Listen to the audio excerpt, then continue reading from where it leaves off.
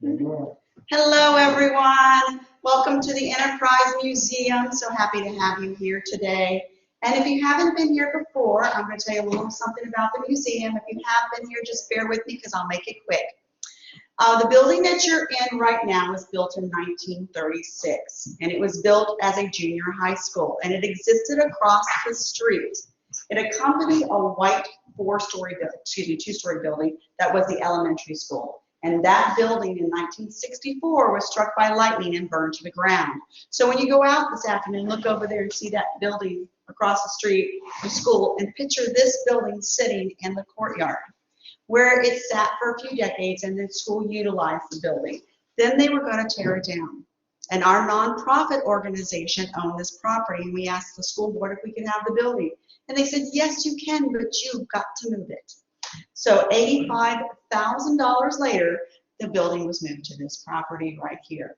And that does not include the $4,000 we had to pay to the electric company that day to come out, turn the power off, and remove the power lines from the front of the building. So the school, I should say, the building could come off the property. It's a really tall building. It came over here and it sat, and the people in my community, volunteers who have got an enormous amount of love, an enormous amount of giving, spent years restoring this building to its original look. So when you're looking at this room right now, the windows are original, the globe lights are original, the floor is original, all the woodwork in here is original, and we scraped down and found the original color of paint right there, the yellow here and the green in the hallway. The only things in this room that are new are going to be the chalkboards and the corkboards because they were in such poor condition, and we added the track lighting because the globes just simply aren't enough light, especially when you have displays, artwork, and photography. So we use this building in the North Classroom to house the history of this area, and in this room for displays. We have a different display every month, a photographer or an artist, some sort of artist. And we have talks and exhibits.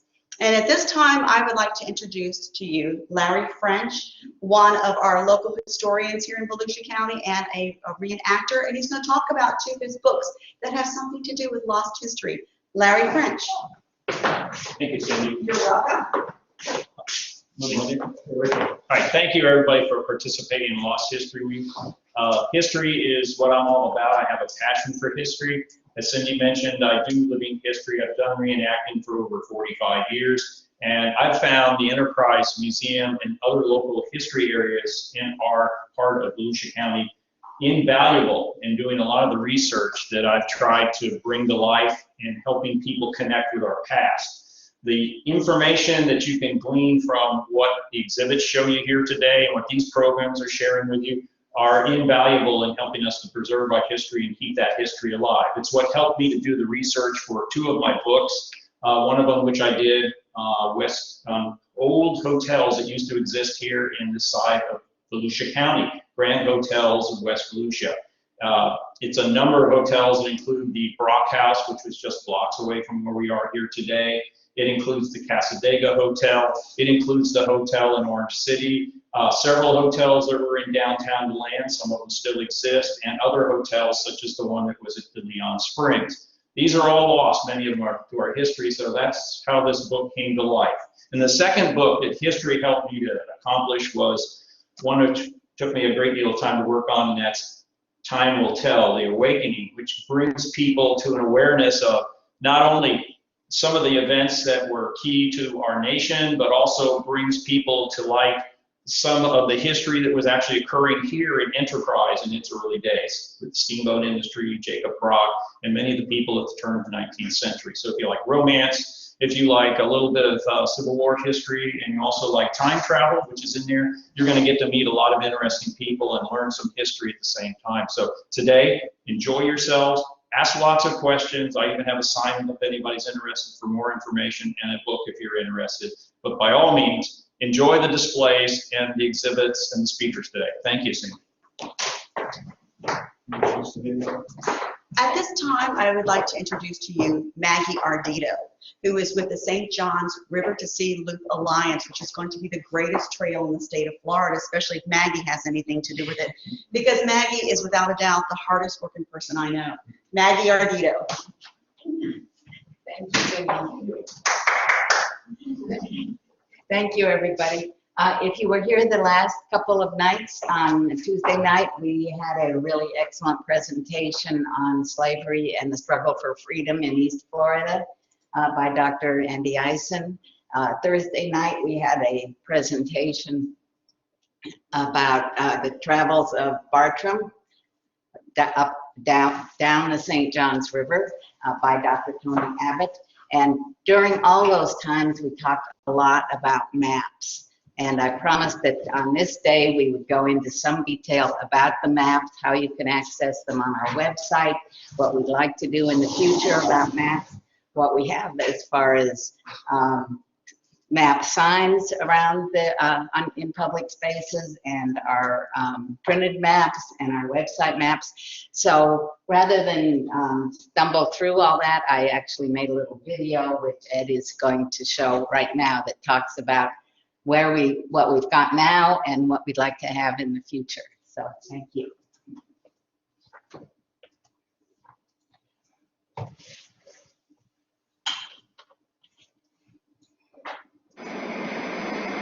Hello, this is Maggie Ardito with a quick tour of the maps on our website. If you go to rivertosealoop.org, you will notice that there are 3 columns.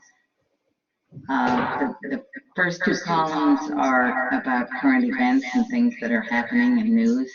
The third column is our navigation maps. And if you click on the first of the icons, it brings up an ArcGIS map. And this is a map of the loop. If you notice, it uses the Florida Department of Transportation standard color scheme, which means that the green is completed trail segments, the gold is in construction, the purple is in design, and the red is not yet funded. Also on this map, you'll see that we have both trailheads and campgrounds. So, for instance, here in Lake Monroe Park, if you zoom in, you'll see that we have, it's a campground and it's also a trailhead. If you go up to Blue Spring Park, there is actually a trailhead at the end of Blue Spring Avenue, which is near the park, but not at the park. There's a trailhead there, and there's camping at Blue Spring Park, but of course there's an entrance fee to get into Blue Spring Park. So this is a very useful map for planning a multi-day trip, especially if you're camping.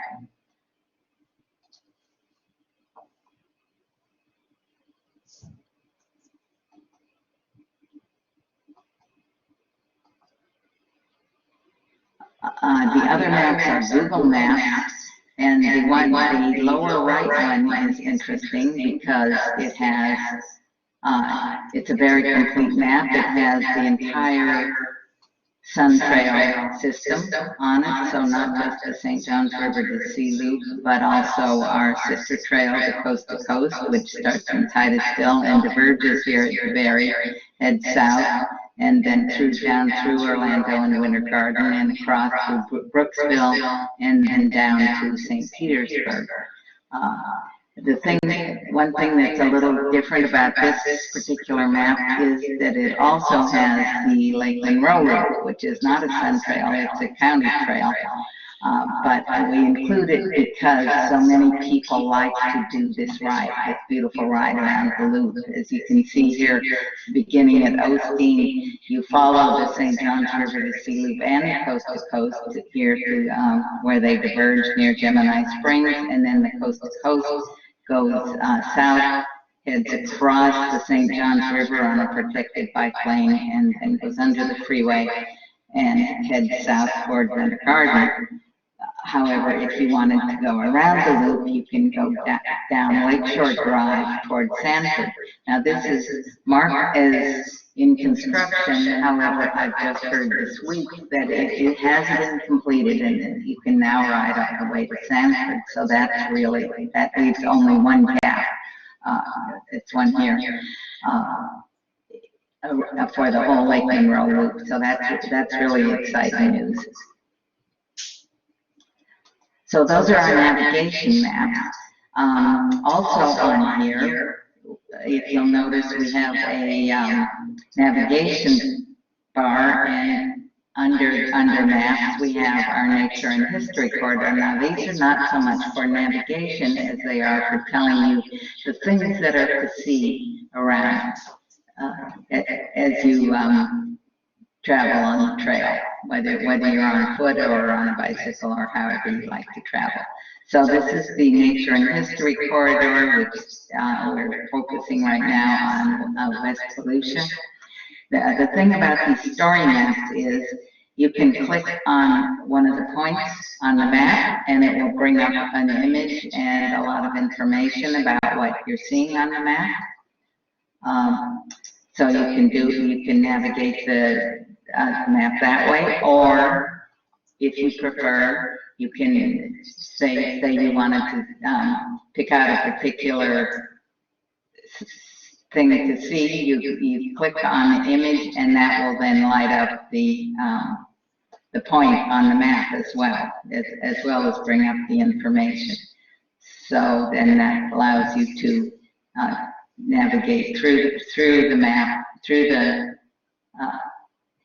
trail just by clicking. So there's the Berry Hall, which is our trail information center, and lots of other interesting points of interest around the loop. Now, for this particular Lost History Week, we've also added African American history, focusing in the area around Enterprise and Deltona, in the area that once was one of the first free African American settlements after the Civil War, the town of Garfield. This was quite an extensive town, as you can see from the picture, and we're commemorating many of the locations, some of which there's not anything to see there anymore, but other than to realize that it was an important part of the community. So for instance, over here, there was an entrepreneur named Julie Jenkins, who was a very successful businessman. He actually lived here for 21 years and had acres and acres of grove land and farmland, and was very successful. And he is actually buried in this cemetery, which is the Garfield Cemetery, which was hidden for a while, but has recently been rediscovered and is now protected. So down here, where the trail crosses Garfield Avenue, there's a lot of things. There's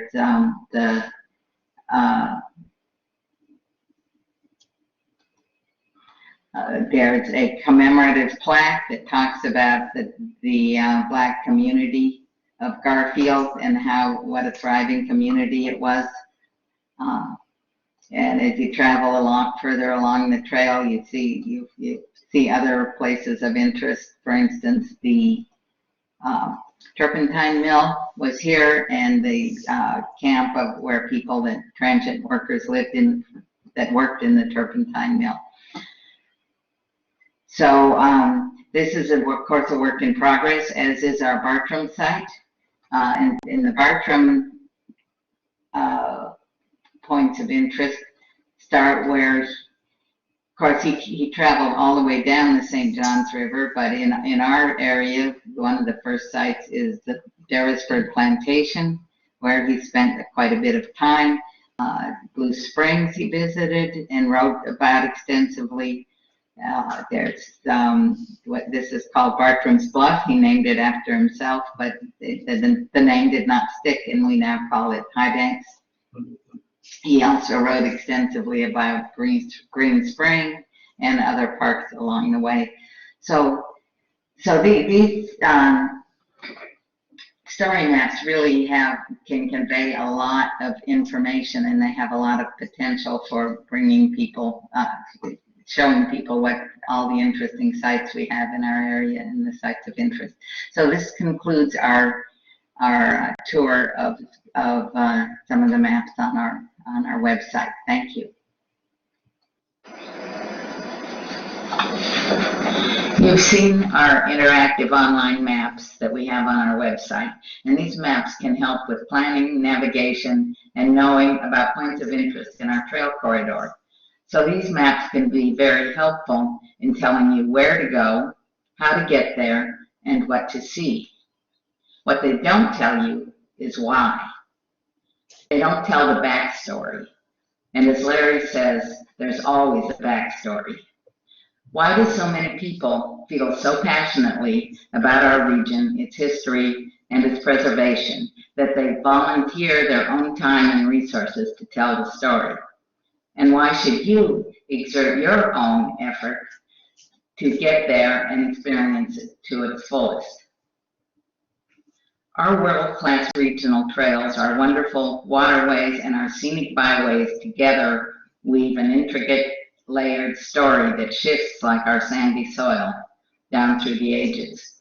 They whisper an invitation to experience the natural and historic points of interest, to get people out of their cars, to get close to the soil and waterways, where they take the time to reflect on the past and just maybe find the common ground for the future. Right now, that invitation is subtle and scattered. There's no single source that tells the story. The story of our unique geography and history begs to be told, and one way to tell that story is through maps. This is why some of us feel passionately about maps, and it's also why our advisors, with their combined talents, knowledge, and passion for history, geography, environment, and social justice, are so important to telling the story.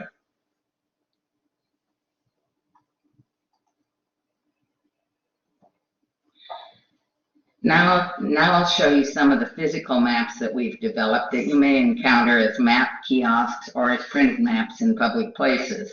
First, a quick reminder about the loop, and then on to our physical signs. The loop is a 260-mile multi-use paved trail that runs through 5 counties, and it's one of only 2 top priority Florida state-funded sun trails. It connects Titusville, DeBary, Palatka, St. Augustine with multiple communities from the very tiny to the very large in between.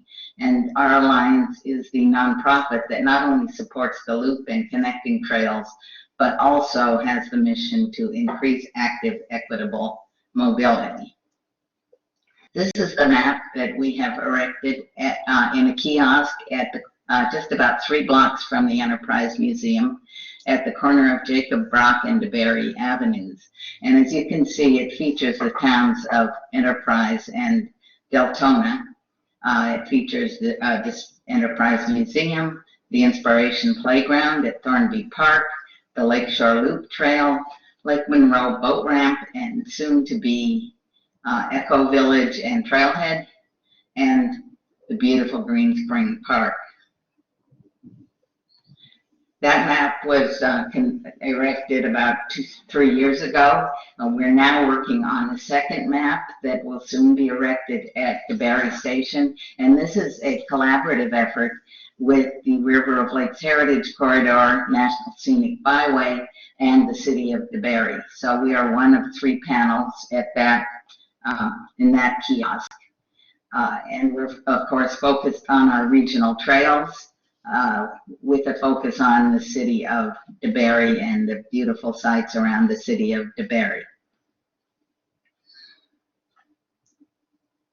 This is our first collaborative project with the River of Lakes Heritage Corridor, but there's a lot more to the story and a lot more to be told.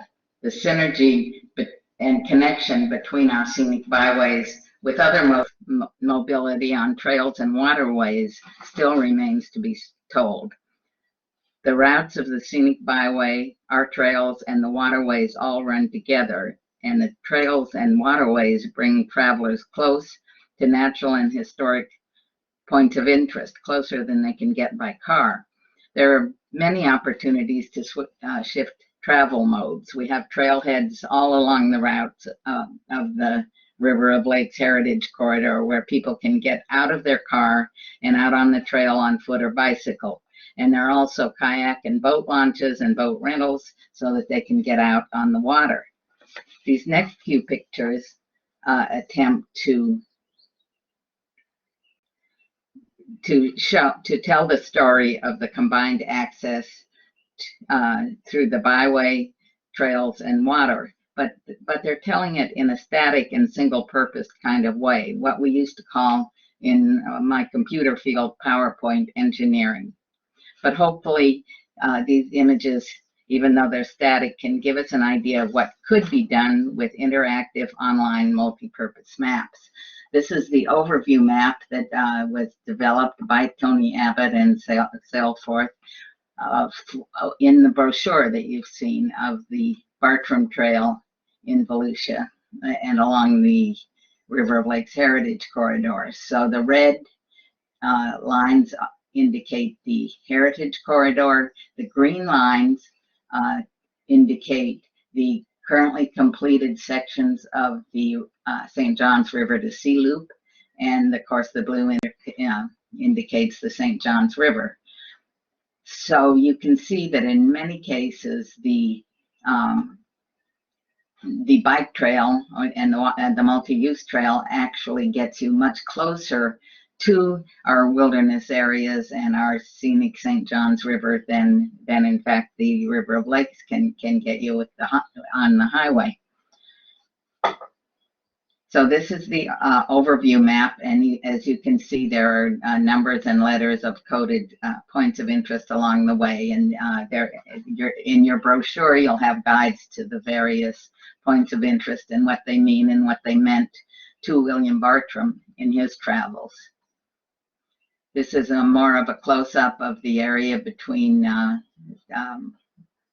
Astor and Blue Spring Park, and it highlights again the red is the where you can get to by car. So you can see here, for instance, along Lake Beresford, there's no way to get to this area by car at all. The only way to get there is either by water or by on foot or bicycle on the trail. You can get on the trail right at Blue Spring Park, either on a bicycle through the bicycle gate, through the trail gate, or by parking at Blue Spring Park. You can get directly on the trail, or you can bike down French Avenue and get on the trail. You can also get on the trail up at Lake Beresford Park, and of course there are multiple places that you can rent boats on the St. Johns River.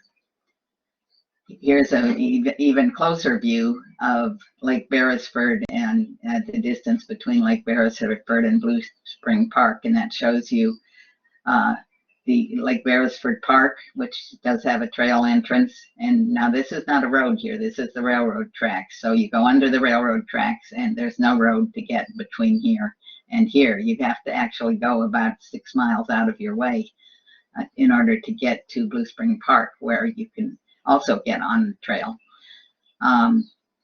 Up here at Stetson Aquatic Center is now also the Bartram Gardens and Trail, which is a beautiful site with its own kiosk that Tony Abbott has overseen having set up there. So it's very scenic area, beautiful area, and best seen by trail or better yet on the water.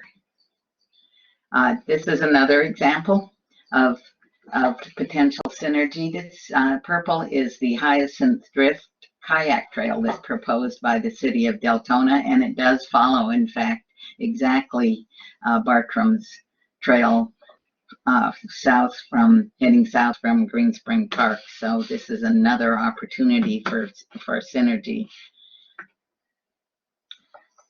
So there's no single guide that tells us the whole story of what's happened here in the past, but there could be. We could, for example, develop a shared vision for a trail and transportation history that would be supported by integrated interactive story maps, interpretive signs, and printed maps and brochures. And this would tell us a good slice of the story that would traces the routes. And in fact, there are 4 routes: the river, the trails, the roadways, and the railroad that all have a history of their own in this area. So all these routes take us through our rich historic and natural landscape, and that getting close to that landscape would inspire exploration, connections, and shared experiences that would help us to reflect on the past and lead us a few steps closer to finding the common ground. Thank you, and please remember to complete your surveys.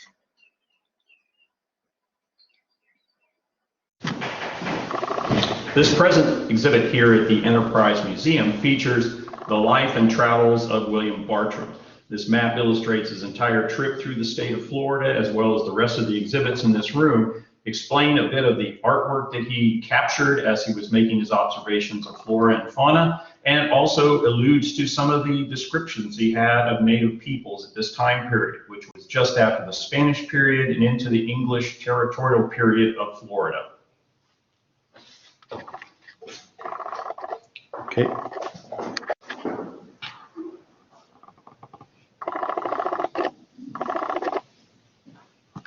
This large classroom features some of the artwork that Bartram did while he was on his travels, some of the animals, birds, and other life that he observed while he was making his way through wild Florida.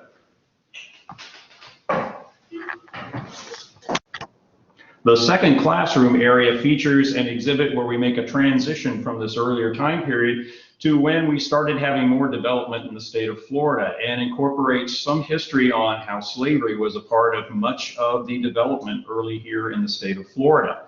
This type of labor force was used a great deal on the plantations, and this one particular exhibit features on both sides some interesting histories of individuals traced back all the way to the De Leon Springs plantation, and actually early settlers for the Black community of Garfield, not far from the museum.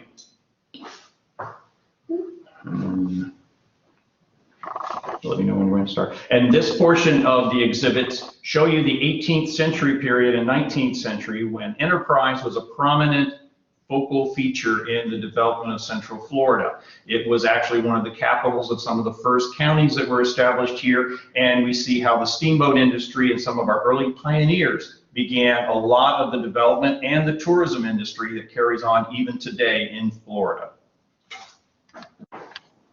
Some of the other interesting exhibits here at the Enterprise Museum include the background of Enterprise's founding by Cornelius Taylor. Taylor was a relative of the famous President Taylor, and you'll also see that his influence in here established what became the Enterprise community. Other exhibits that pan in through this room along the panels include how actual work was done in many instances through the turpentining industry and through the hotels that existed at this time, through the labor force that unfortunately was a lot of our Black African community at that time period, but this is how a lot of the development was accomplished in Florida. As you continue through the exhibits, you'll see some of the artifacts and also information that tells you about the earliest settlement of Thornby, one of our parks that's now established here on property, where someone actually built a homestead, had a thriving farm on the location, and in addition, the Garfield community right adjacent to us with its schools that were actually built right within a mile of this location. The rest of the exhibit shows how Thornby was preserved by a local community effort, and there are also exhibits that include the steamboat industry and more information on the people who actually worked at the Brock House. As early as the 1820s, the steamboat became one of the major sources of travel here in Central Florida, and one of the first entrepreneurs to seize on this opportunity was Jacob Brock. Jacob Brock started a steamboat line, actually had several steamships, and built an actual hotel to accommodate his guests, maximizing on the ability to be able to not only make money on commerce, but tourism, and also making sure that his visitors had a pleasant stay. The steamboat industry on the St. Johns River thrived until the 1950s and was quite extensive. You have names such as Frederick de Berry, and then, of course, much recorded history, as you see through the registers and accounts from people who came here for decades, visiting to see what Central Florida was like. All of this during the boom years when oranges were in peak demand and when the major sources of travel were either steamship or railroads once the rail lines came through the Enterprise area. Enterprise was a center of both tourism and commerce in the early 19th century, as seen in the scene of the dock from the Brock House with 4 steamships, one of them Fanny Dugan, which was Jacob Brock's. Center one here looks like it may be one of Frederick de Berry's by some of the insignia on it. But these were all representations of some of the activity going on here at the time. The display below the photograph is the result of research done here at the Enterprise Museum, which actually shows examples from the guest register of the Brock House of some of the notable people who visited here. Not only were places like Jekyll Island and St. Simon's Island and Cumberland Island in the 19th century popular with famous people, but so was West Volusia and Enterprise, the St. Johns River. We have a photo and an entry by Jay Gould in here. The lower portion of the cabinet actually has an entry here of Mr. Carnegie himself with a note in the register that he didn't come by steamboat, he came in his own private yacht. And also other notables we have are Ulysses S. Grant, we've had Grover Cleveland, many other famous people who actually made visits here. And the history of the river in this area is also depicted by well-known authors such as Harriet Beecher Stowe, who did Palmetto Leaves, which was another very descriptive work that described the river country and wild Central Florida.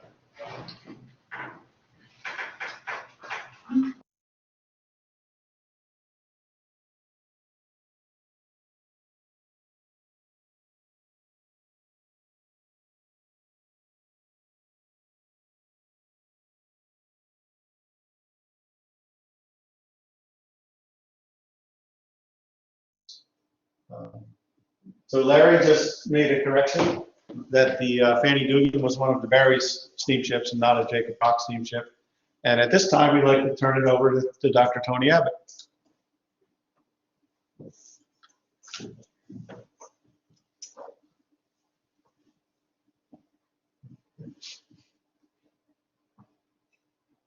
We don't hear you. See if he can unsilence himself.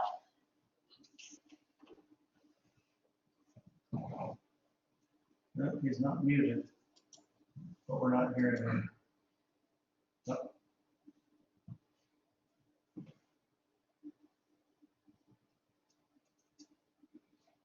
Not hearing him.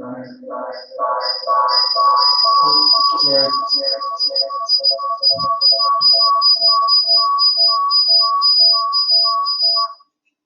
Got me. I'm not hearing Dr. Abbott. I don't know why.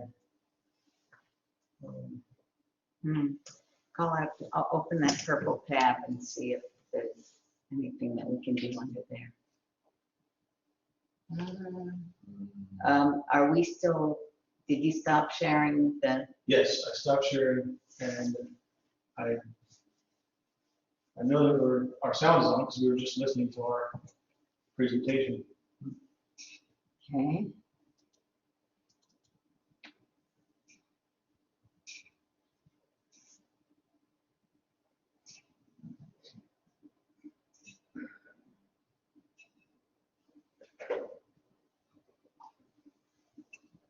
Looks like he's getting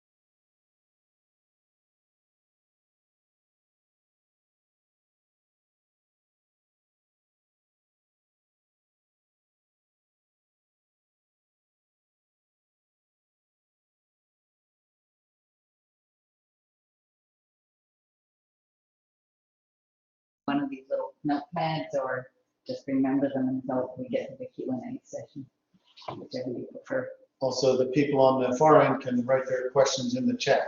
Yeah. So Dr. Abbott is restarting, and he's going to come back in a minute, just to let everybody know where we are. And there is an evaluation.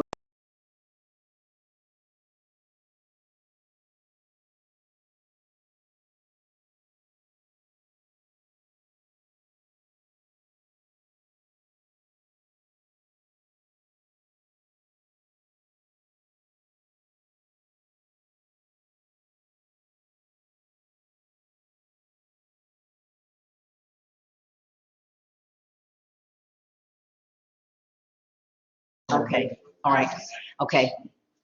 Yeah, while we're waiting for Dr. Abbott to come back, I just want to remind everybody. Over here? Just look right at it. Oh, okay.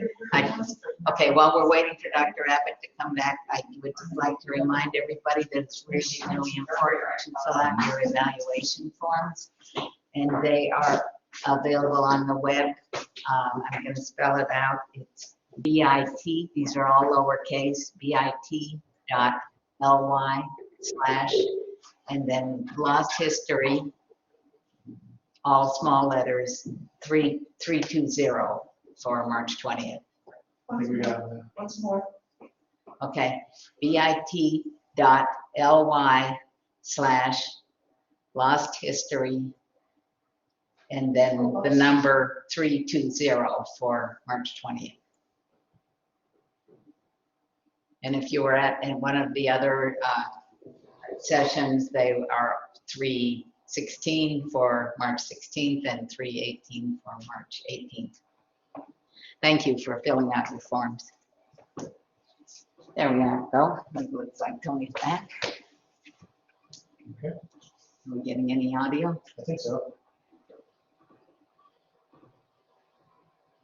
There we are. Can you hear me? Yes, we can hear you now. All right, fantastic. I'm just pulling up my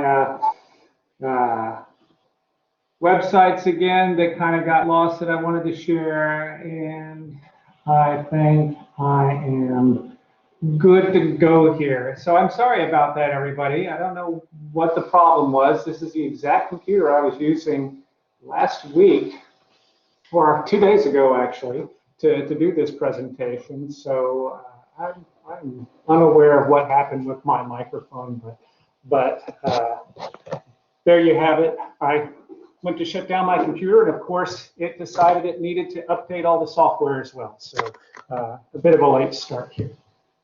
So actually, I believe I'm here to do 2 things today.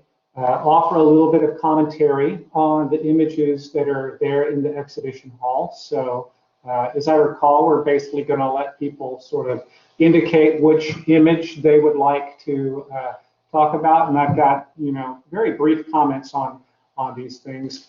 The second thing I'd like to do is actually share a loop slideshow that I've put together, which is very exciting for me because it represents a really great innovation, or a really great event, at least in the United States for Bartram scholars.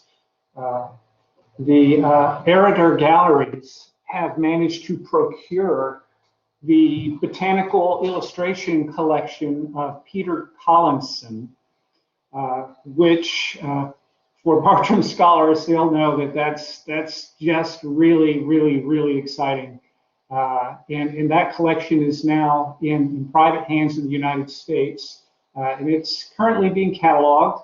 Some preliminary information is out about it, and then in this collection are many Bartram illustrations and images that have never really been out for public viewing before. They've been in this private collection, so there's been no way for people to see them. There were no photos circulating or anything like that. So this catalog has made available images of William Bartram that haven't been out or really in circulation at all. They've been in private hands.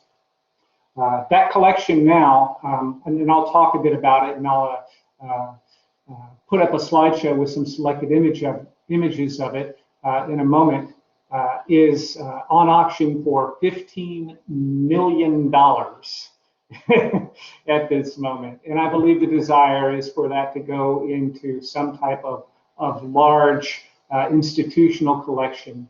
And hopefully, I believe they have a great hopes for it to find a home somewhere in Philadelphia, which is where the Bartrams had their estate, and where some of the best collections of Bartramia are at. And the idea is to, build a legacy and the story of the Bartrams and Philadelphia as a center of scientific inquiry at that time in colonial America.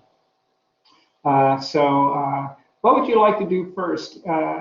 Maggie, Cindy, would you like to, like me, I could look at the camera that you take around if anybody wants to look at anything in particular there, or I could put the slideshow up here to show on the main screen, which you could show there in the museum, and then walk me around and I can see what you're looking at in your camera and then offer some comments, or I could offer some comments on the slideshow that I have. What would you like? Why don't you show the video first, and then we can kind of talk about beautiful little illustrations.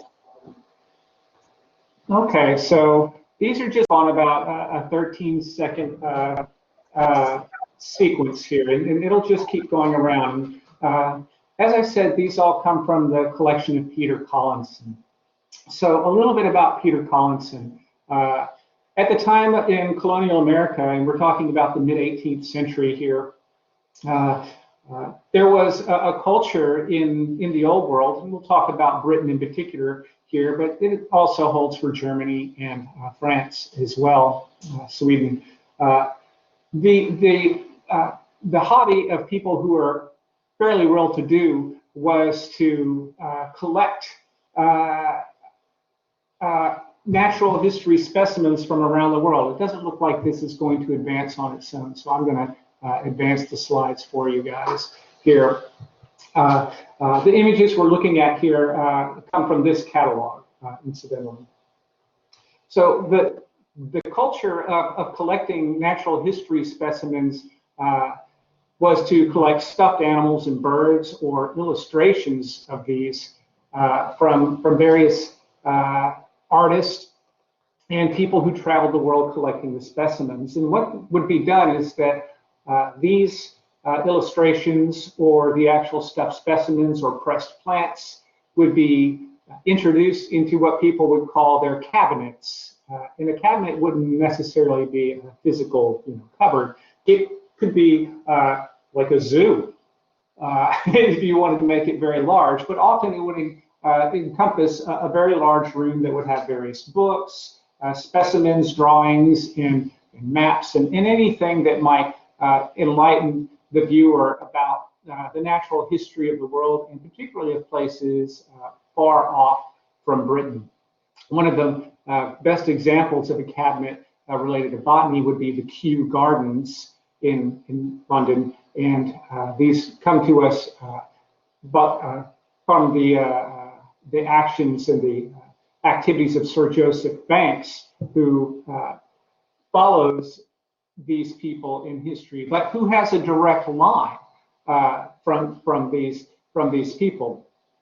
So Peter Collinson, in the early, well, actually right through the full part of the 18th century, so we're talking through the 1700s, he was well connected. And while he wasn't so much noted as being a scholar of natural history himself, he was a patron of those who were. So what Collinson would do would stay, and he was a member of the Royal Society, so the educated people in Britain. And of course, at this time, most educated people were people of means, and they pursued their academic studies not as a career, but as something they did as an avocation or a hobby. Peter Collinson was in conversation with famous people such as Carl Linnaeus, Dionysius Erot, George Edwards, and the Bartrams. And he maintained a circle of communication with these people to talk about natural history and his interest in plants and animals. But he would also commission the Bartrams, and this was a big part of the Bartrams' livelihood. Collinson would commission the Bartrams to send him seeds and plants and information about the things that they would find in the New World. So there was this international trade of botanical curiosities that went on. And Collinson was one of the main patrons for this. And so he was a big part of the Bartram's life. And that's why this collection coming to the United States is so exciting. All of Collinson's collections had basically been gathered together on his estate and shared there. And what we find in this collection that's just been sold is most notably his super illustrated volume of Mark Catesby's book called The Natural History of Carolina, Florida, and the Bahama Islands, right? And that was a very large volume, a book that came in 2 volumes with many illustrations, similar to those that we're seeing here for Bartram.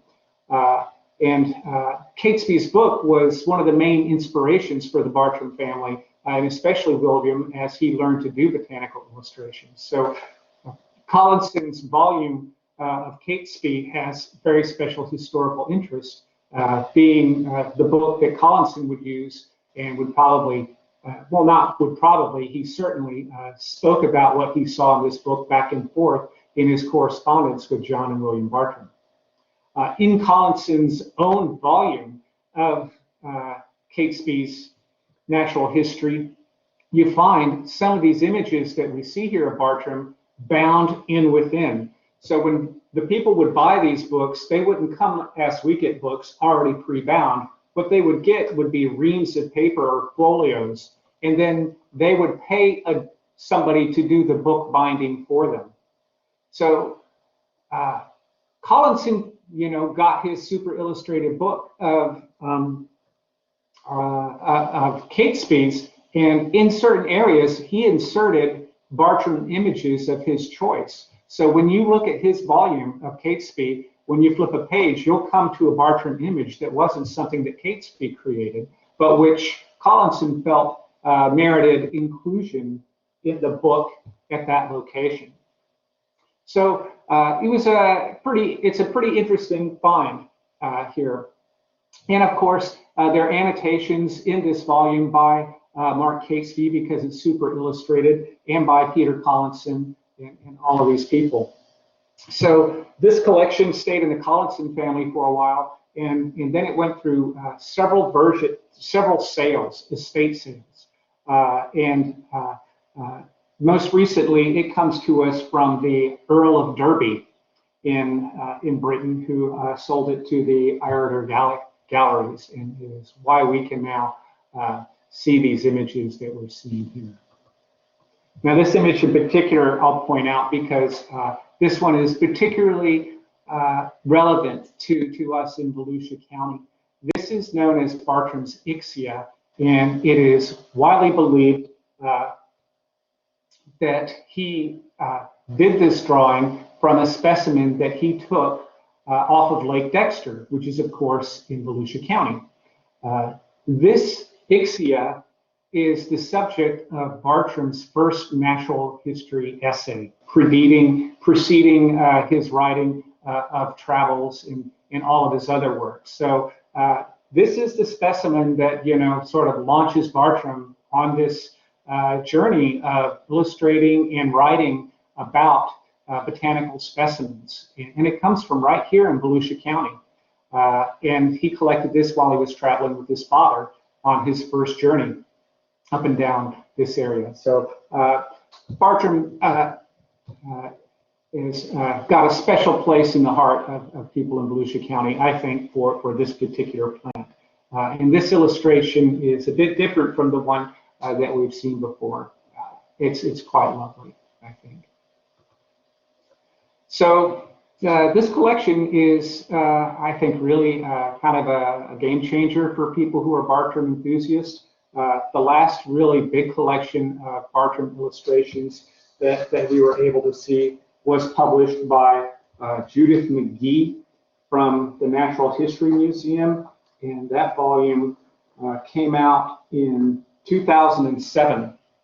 Prior to that, we were talking about Joseph Ewan's book related to Bartram's illustration, which is almost 50 years old now.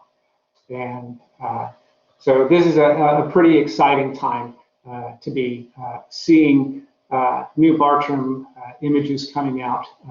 What you've got here is not all of the images from William Bartram that are in that catalog. I just got access to this 2 days ago, so it's really kind of new. And I've spent most of this morning assembling these images so that you would be able to see them today. It's a bit of a departure from what I was planning on doing, but I thought it was exciting enough to put this together.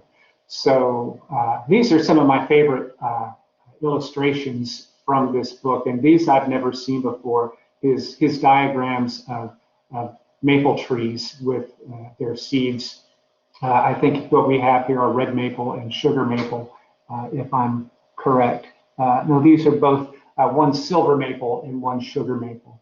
But he has some pictures of seeds from the red maple. I didn't include those in here. Some of these figures that we see today might have been seen before, but I've never seen this diagram of the painted bunting by William Bartram. And what's interesting about these is these predate a lot of the work that he did with John Fothergill. So these diagrams wouldn't have made it into the Fothergill collection. The images that we see in the earlier works mostly were collected by John Fothergill, who was the person who kind of inherited patronage of the Bartrams from Peter Collinson upon his death, and was sort of contiguous with him at time. But Fothergill definitely was the person who inherited the mantle of the patronage of the Bartrams. So most of Bartram's later work that's associated with travels in his scientific reports that he based travels on went to the Fothergill collection. And the Fothergill collection followed a separate line of inheritance and eventual sale. And that collection actually went through Sir Joseph Banks, one of the principal creators of Kew Gardens, and his collections eventually went to the Museum of Natural History, London, the British Museum. So these were diagrams. Some would be similar, or some that we've seen before, but mostly those that had come through a different line of inheritance and provenance. This is a diagram that William made of his father's home, the Bartram estate in Philadelphia on the Schuylkill River. And this is sort of an interesting diagram. It's a much more interesting place to visit nowadays, but I think this is a fascinating location to think of this as the nexus of one of the greatest exchanges of seeds from the New World to Britain in colonial times, in sort of setting up the dialogue about plants and botany and natural history, and a lot of those ideas and actually some of the actual specimens circulating through that farm there, that estate. So those are the diagrams that I have, and if you are interested in looking at this, you can actually go online and find it, and I'd encourage you to look at Curator galleries, and the catalog which describes most of these is called The Opulent and the Curious, Peter Collinson in the Art of the Great Seed Exchange. And I will drop the website for this volume into the chat for you now, so you can check them out if you like. There you go. So that's the presentation that I put together today. I'll be happy to set it up, or if you have a PowerPoint there, I can maybe email it to you and you can set it up on a loop on one of the computers. If you like, just let me know. So why don't I stop the share at this moment? And I guess open it up for questions about the things that are on display there, or what I've talked about.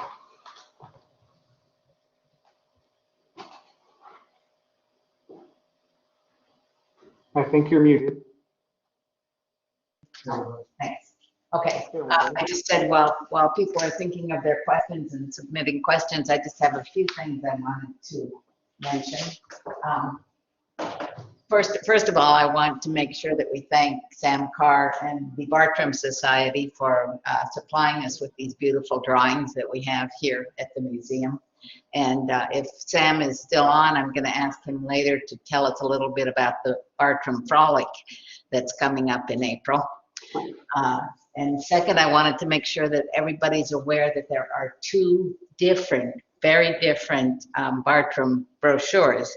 The original one is the one that was done up in Putnam County, Paddle, Hike, and Bike, the Bartram National Recreational Trail. And the second one is William Bartram's experience in Florida, done by the River of Lakes Heritage Corridor, which is now, by the way, a National Scenic Highway, thanks to Cindy's efforts. So these are beautiful brochures. They were both done by Sailforth Productions, which has really been helpful in all these endeavors. So, so I wanted to mention that. I guess that was the main things I wanted to say. So now go ahead with your questions, and especially at the last Bartram talk, we had a lot of questions about the map that was done by Dean Campbell.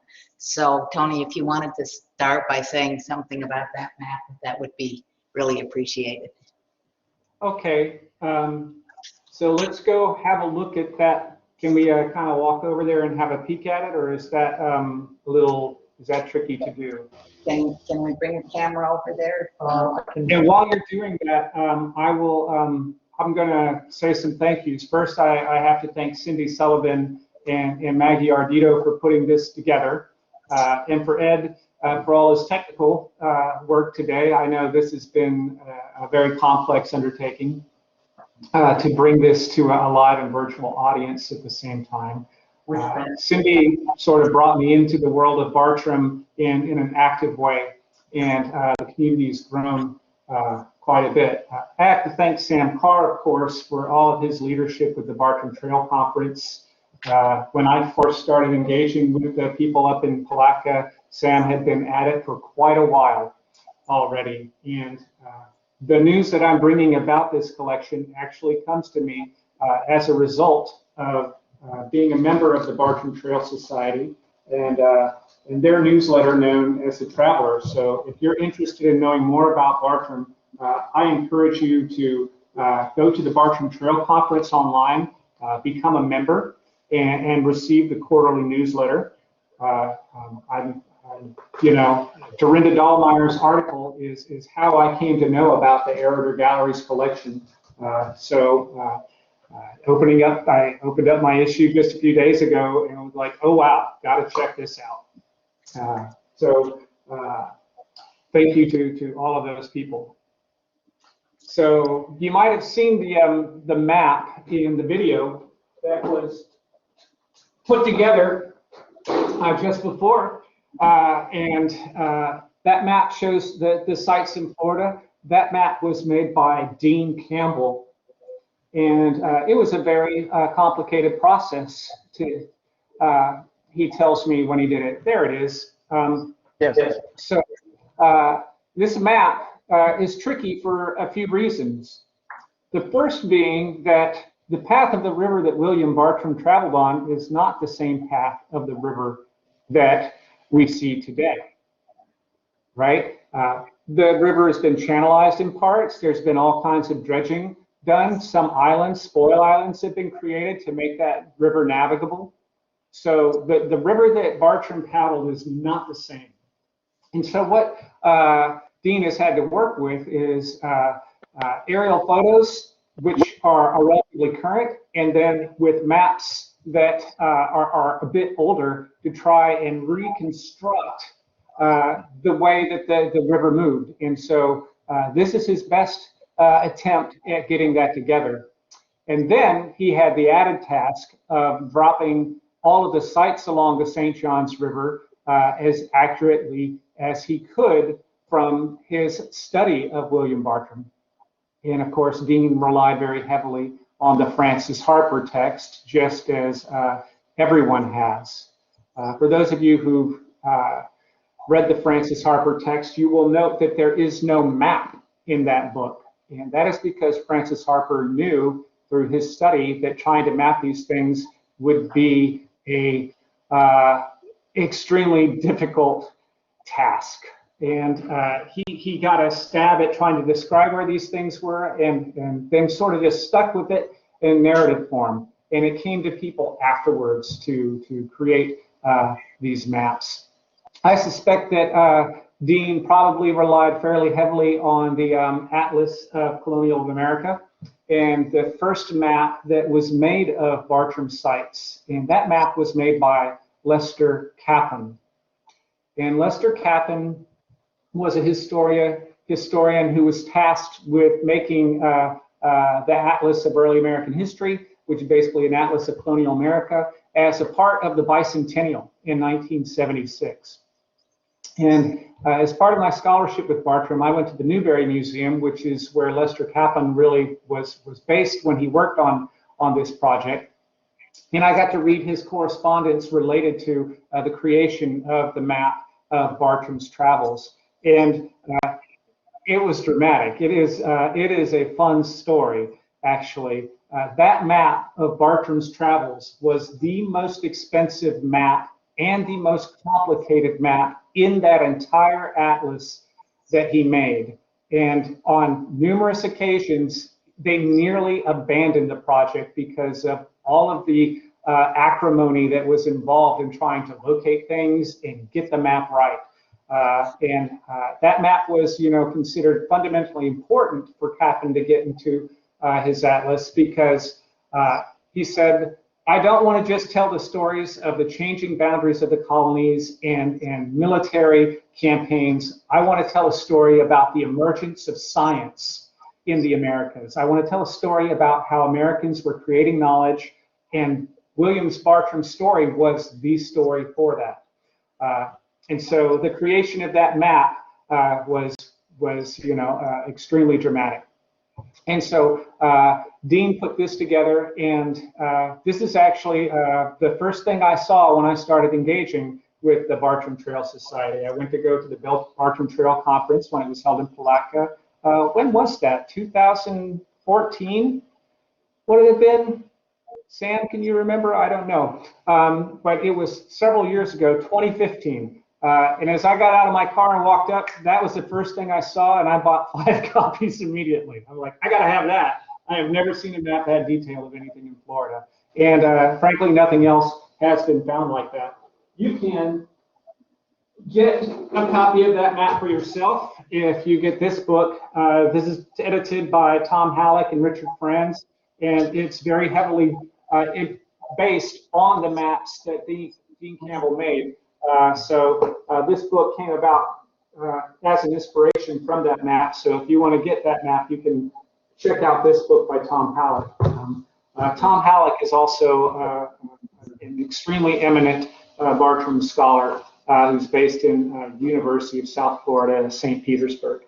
And he's past president of the Bartram Trail Society and a longtime collaborator with all things Bartram.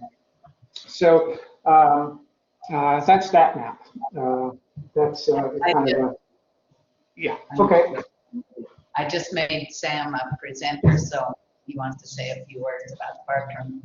Yeah, I'm going to have to be frank. You're much luckier to have Sam here than you are to have me here to be hearing about Bartram.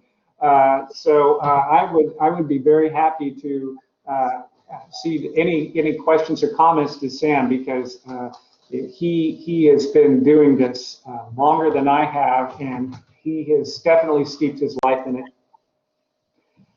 recently. We want to look at some of the other diagrams, or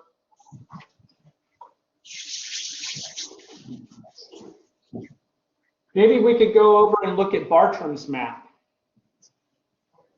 which is on the other side.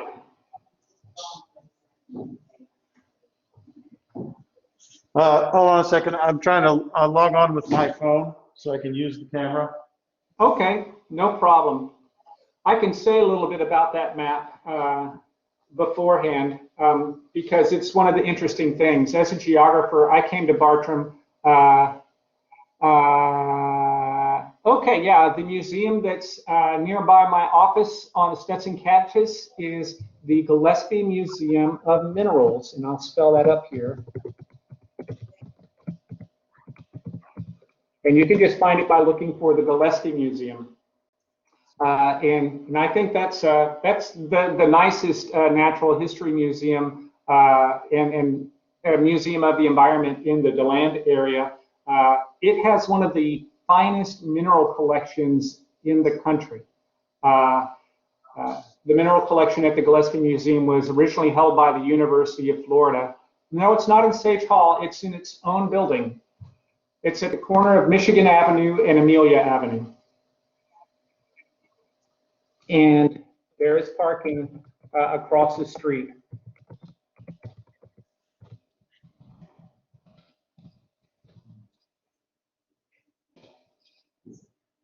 There we go. So that's where you'll find that. And it has one of the finest collections of minerals in the country. It had been held by the University of Florida, but the stipulation by the Gillespie family that donated that mineral collection to the University of Florida is that it would be put on display. And it languished in storage for many years. And someone at Stetson kind of got word of what was going on. And so some talks were had, and Gillespie pulled that collection from the University of Florida, and it came to Stetson Museum in that way, and here it resides. And we share specimens with the Smithsonian Museum. We're particularly noted for our collection of Veracite, which is a very rare rock, and the Gillespie has one of the most unique collections of it in the world. So, but I think one of the things that Bartram enthusiasts might really find fascinating about the Gillespie Museum is the native plant restoration landscape. So for those of you who are interested in sandhill ecosystems in Florida, that is one of two locations where we kind of have botanical things going on at the university. One is the Bartram Garden that Maggie was pointing out near the Stetson Aquatic Center. The other is at the Gillespie Museum, where we have a longleaf pine planting going on, a longleaf pine restoration going on, which is spearheaded by Dr. Karen Cole and Dr. Cindy Bennington of the Gillespie Museum and the Department of Biology, respectively. Yeah, looks like you have a question, Maggie. I did. I just wanted to ask if you are looking at the chats, or if there's quite a few questions in the chat column, and I wondered if you wanted someone to read them to you, or if you can pick them up yourself. And yeah, let me pull up from the top here. Okay. So, in the context, the gentleman who is associated with Stetson. Yes. yes, so those images that Judith McGee presents, as Sam noted, are the ones that are located at the Museum of Natural History, London. And those are the images that came to us through the Fothergill collection. I believe, yeah, as Sam says, the ilex is still found in this area. It's one of those kind of ephemeral flowers, which is, you know, you see it briefly and then it goes away. But there you have it. Okay, here's the map that Bartram made. This is the only map that you see in travels. And it's fascinating for me. I always kind of, you know, puzzled over this, in that he goes over this incredibly broad area throughout the southeastern United States in his travels, and this is the only map he provides. And these aren't the places he really goes or describes for the most part. Yeah. So it was, it's really kind of fascinating. The one thing that you see in a very small print in the bottom corner is the word wrecked here, which I think refers to a moment when Bartram was in a boat accident and the boat went down and his life was in peril for a while. So it's really fascinating. And the other character of this map at the time is that it was so general. It gives really beautiful detail of the coastline and is very, in a way kind of impressionistic because it's highly generalized. But at that time, there was already a very detailed map of the St. Johns River and the coast, which was made by Gerard Willem de Brom, which had been given to King George III, but that wasn't open for public consumption at that time. And so Bartram may well have been able to see some of the preliminary sketches that came to that if he had interacted with de Brom at any length, but it's questionable to what extent Bartram actually did interact with de Brom. It seemed like he was encouraged to work with them and de Brom wanted him to, but he probably didn't do that much with him. So that map is fascinating.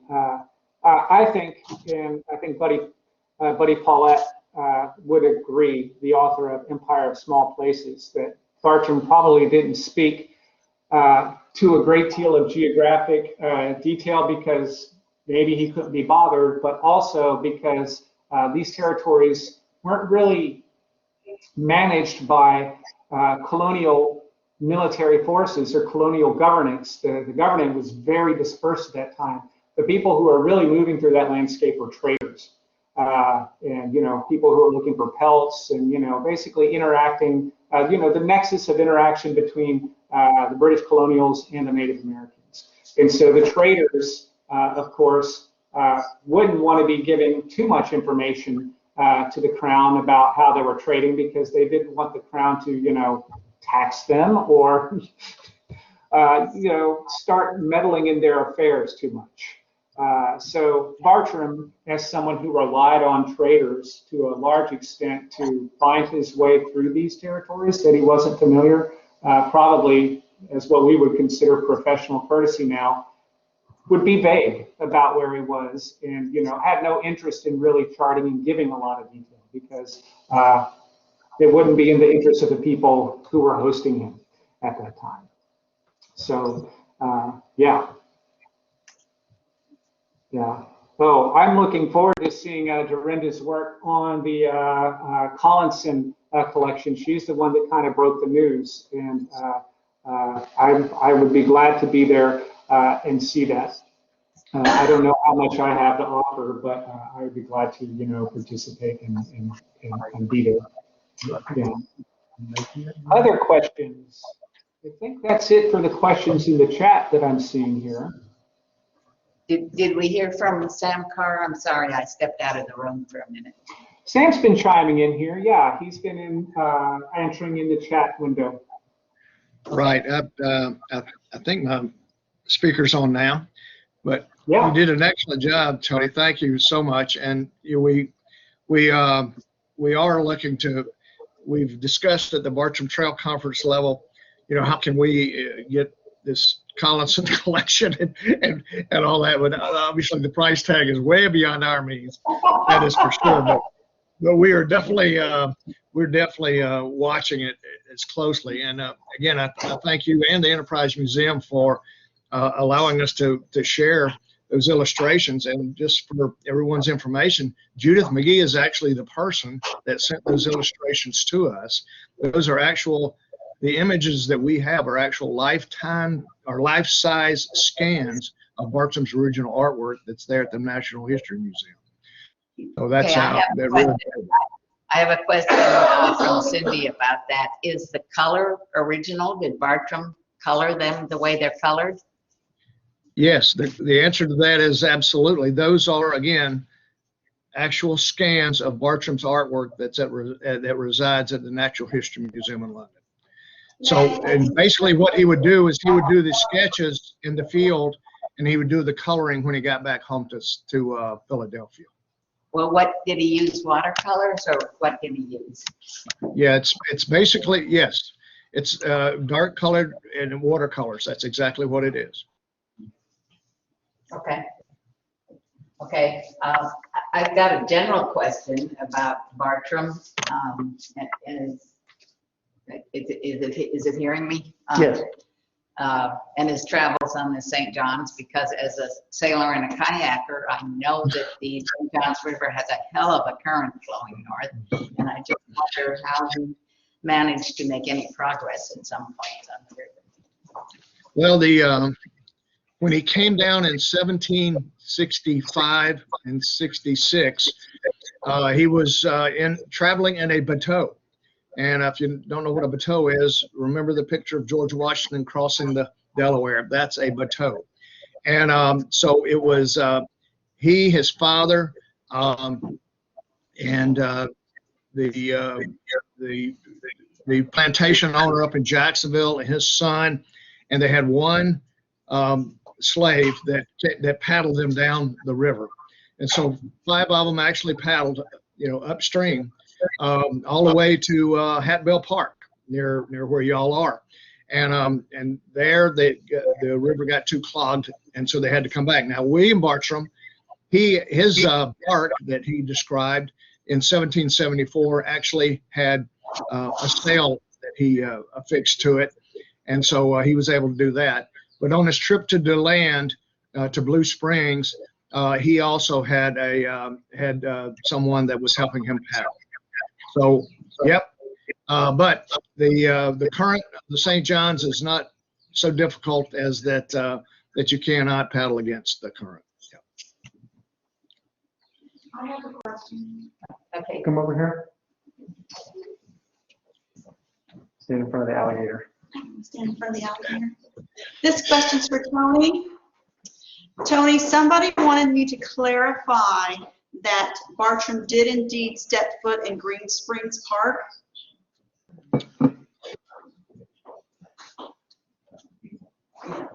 I can't hear Tony. Yeah, I believe so. He would have done that with his father on his earlier trip in 1765 to 1766. And the trip that he did by himself, which is the basis for his report to Father Hill and Travels, he only got as far south as Blue Springs before he turned around. But he went quite a bit farther than Green Springs when he traveled with his father, all the way down to, what is that, Laughlin Lake, way down pretty much into Brevard County. And but that was earlier on, and all of that is published in a book called Diaries of a Journey, which was comes out under the name of William Stork. I believe that diary had been sent to Collinson, and Collinson somehow allowed it to get to William Stork, who published it, and I don't think Collinson was very happy about it when he found out. So we work with the historic one. Did we hear about the Bartram Frolic? If we did, I must have stepped out of the room during that time. But did somebody want to talk about the Bartram Frolic for a minute? Sure, be happy to. The fourth annual, except for COVID, the fourth annual St. John's River Bartram Frolic occurs April the 17th and 18th in Palatka. And the 17th is a day of recreation and living history, when we'll have them all on the riverfront in Palatka. And then the 18th, we're having our fourth Bartram Symposium, where we'll have Bartram experts and so forth there talking about it. And we're going to do a viewing of the Cultivating the Wild film, which features Blue Springs State Park and amenities also. So if you want to go to the BartramTrailSociety.com, and that's the website that has all of the information on it. And we also have a Facebook page, St. John's River Bartram Frolic, and information will be on there as well. So we'd like for y'all to come play with us. It's fun. All right, can I talk about our events? I also wanted to mention that if you're going to come to the Enterprise Museum, we're having our big fundraiser event in 3 weeks. On April 10th, we'll be having the 14th annual Enterprise Chili Cook-Off. with live music all day. We have an excellent jazz band that's coming to help us out, and have some chili and beer, and good time will be had by all. What was the date on that? April 10th, and that's 11 to 3.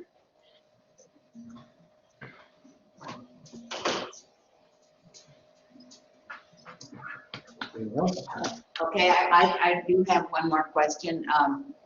I guess for Tony. You mentioned that there were a lot of Native American communities that Bartram encountered. Did he ever list the names of any of those communities? Or I know on the map that we have, there's an actual boundary that apparently was a treaty that was in effect, where the Indians were on one side of the river and the British on the other side. Can you comment any more on that? Well, one of the images that I would like to see come into this circulating collection, and I don't know if the Bartram Trail Society of Florida has access to it, is the map of the Great Alachua Savanna in the province of East Florida. And he traveled all through that area. These are areas that you don't actually see on the map that we showed at the beginning that Dean Campbell made. That area, which basically he entered in the Palatka area and then moved to the west across Florida, is rich in his descriptions of hanging out with the Seminoles. And then he encountered a lot of Creek Indians as he was moving along the river there. So those are some of the places where he talks about that. Of course, as he's going up and down the river, since that's the boundary between Indian territory and the British holdings, he's seeing a lot of plantations and encountering Native Americans from time to time, especially as he goes to the various trade houses, Spalding's Upper Store, Spalding's Lower Store. And so in those areas is where he describes a lot of the Native Americans that he encounters in Florida. He speaks a bit about, the ancient tribes, and then also those that had been recently routed, the Yamasee Indians. So there are a few groups. He doesn't speak of the Timucua because I don't think they were known as such at that time through the particular circles that he was traveling with. But yeah, he does refer to several of the Native American groups, and he may speak of different ones over in the area of Pensacola, which I don't recall because I don't engage with those sections of the book as much as I should. I kind of focus on part 2, chapter 5 through 7. That's where I kind of live.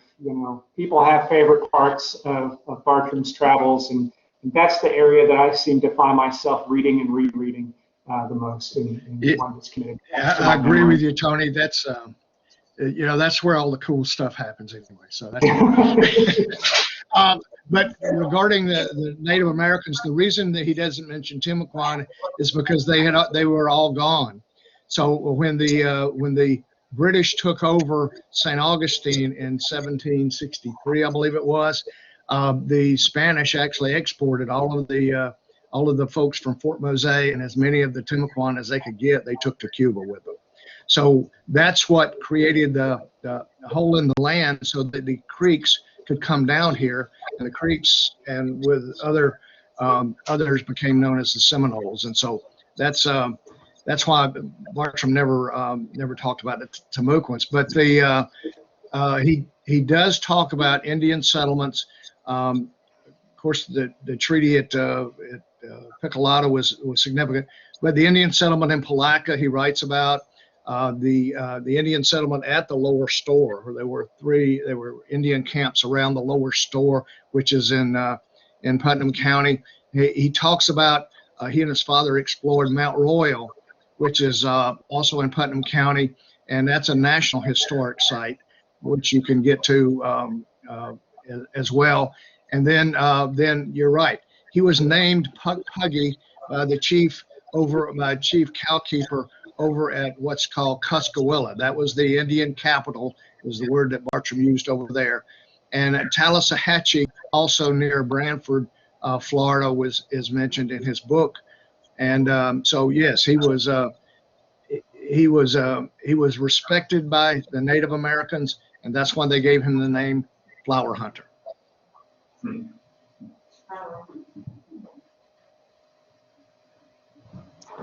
Yeah, I believe didn't he encounter the Miccosukee as well? Isn't that who the Yes. Long Warrior presented? And who Correct. he also met in Palatka? Correct. Yeah. I was mentioning yesterday in my talk how a lot of the representations of Native Americans in the historical markers for William Bartram are generally absent. But I point out that if you go to Palatka, that's pretty much the site where that is changing the most. And if you look at the signage, which is set up in the park adjacent to the river in Palatka, a very nice little area where you can go once you can go out again and start doing things. But, you enjoy, a beer at a brew pub and maybe get a bite to eat. The park that's adjacent to the river there has some of the nicest signage sort of acknowledging Bartram's encounters with Native Americans in the tone that Bartram actually takes on in his book, which is very much of, hey, I met some people and this is what they were like, which is very unlike the tone that most people were taking for Native Americans at that time, whereas it was more along the lines of, we found these savages and we're finding a way to route them so that, or we're trying to improve them and Christianize them. Bartram sort of took them as they were and learned what he could from them. And I think the displays in Palatka are doing a great job of embracing that aspect of Bartram's work. I guess we have time for one more question, and we're getting close to 2:30. I'm not sure if Andy's here, but I think he probably is. So, do we have any more questions, or do you have anything you want to wrap up with, Tony? Mainly, I just want to thank everybody who's come and experienced this presentation. I know it's a difficult time to go and engage with educational entertainment and museums. I want to thank everybody that facilitated bringing this together. Sam made a couple of trips down to deliver these illustrations, and that is very much appreciated, in addition to allowing them to be displayed here. And of course, we have to thank Ken McAfee for a lot of his work in kind of building the bridges for those illustrations to come to the Bartram Trail Society of Florida. So there are really just too many people to thank for this, and I'm just glad that some people have come out to enjoy it. Thank you, Tony. Thank you very much, Tony. Very, very, very interesting. And I'll Center check for the through alligators. Thank you, Sam, for being here. You've added a lot. Thank you, Tony, and I'm very sorry I missed yesterday's presentation. Trust me, it was unavoidable, so I apologize. There's a recording available, so you might enjoy it. That's what we're hoping for. Dean and I both got hogtied by our grandkids, so I'm sorry. Well, that sounds like a good way to be hogtied. It was. Okay, I'm going to turn off the camera now.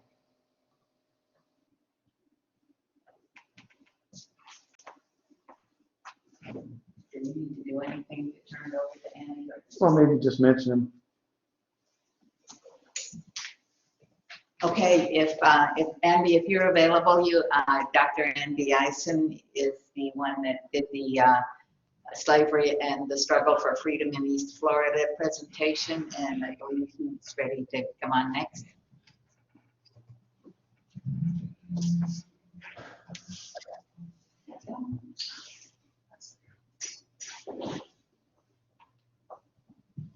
Hi, can you all see me and or hear me? We can see. Yes and yes. Hey, how about that?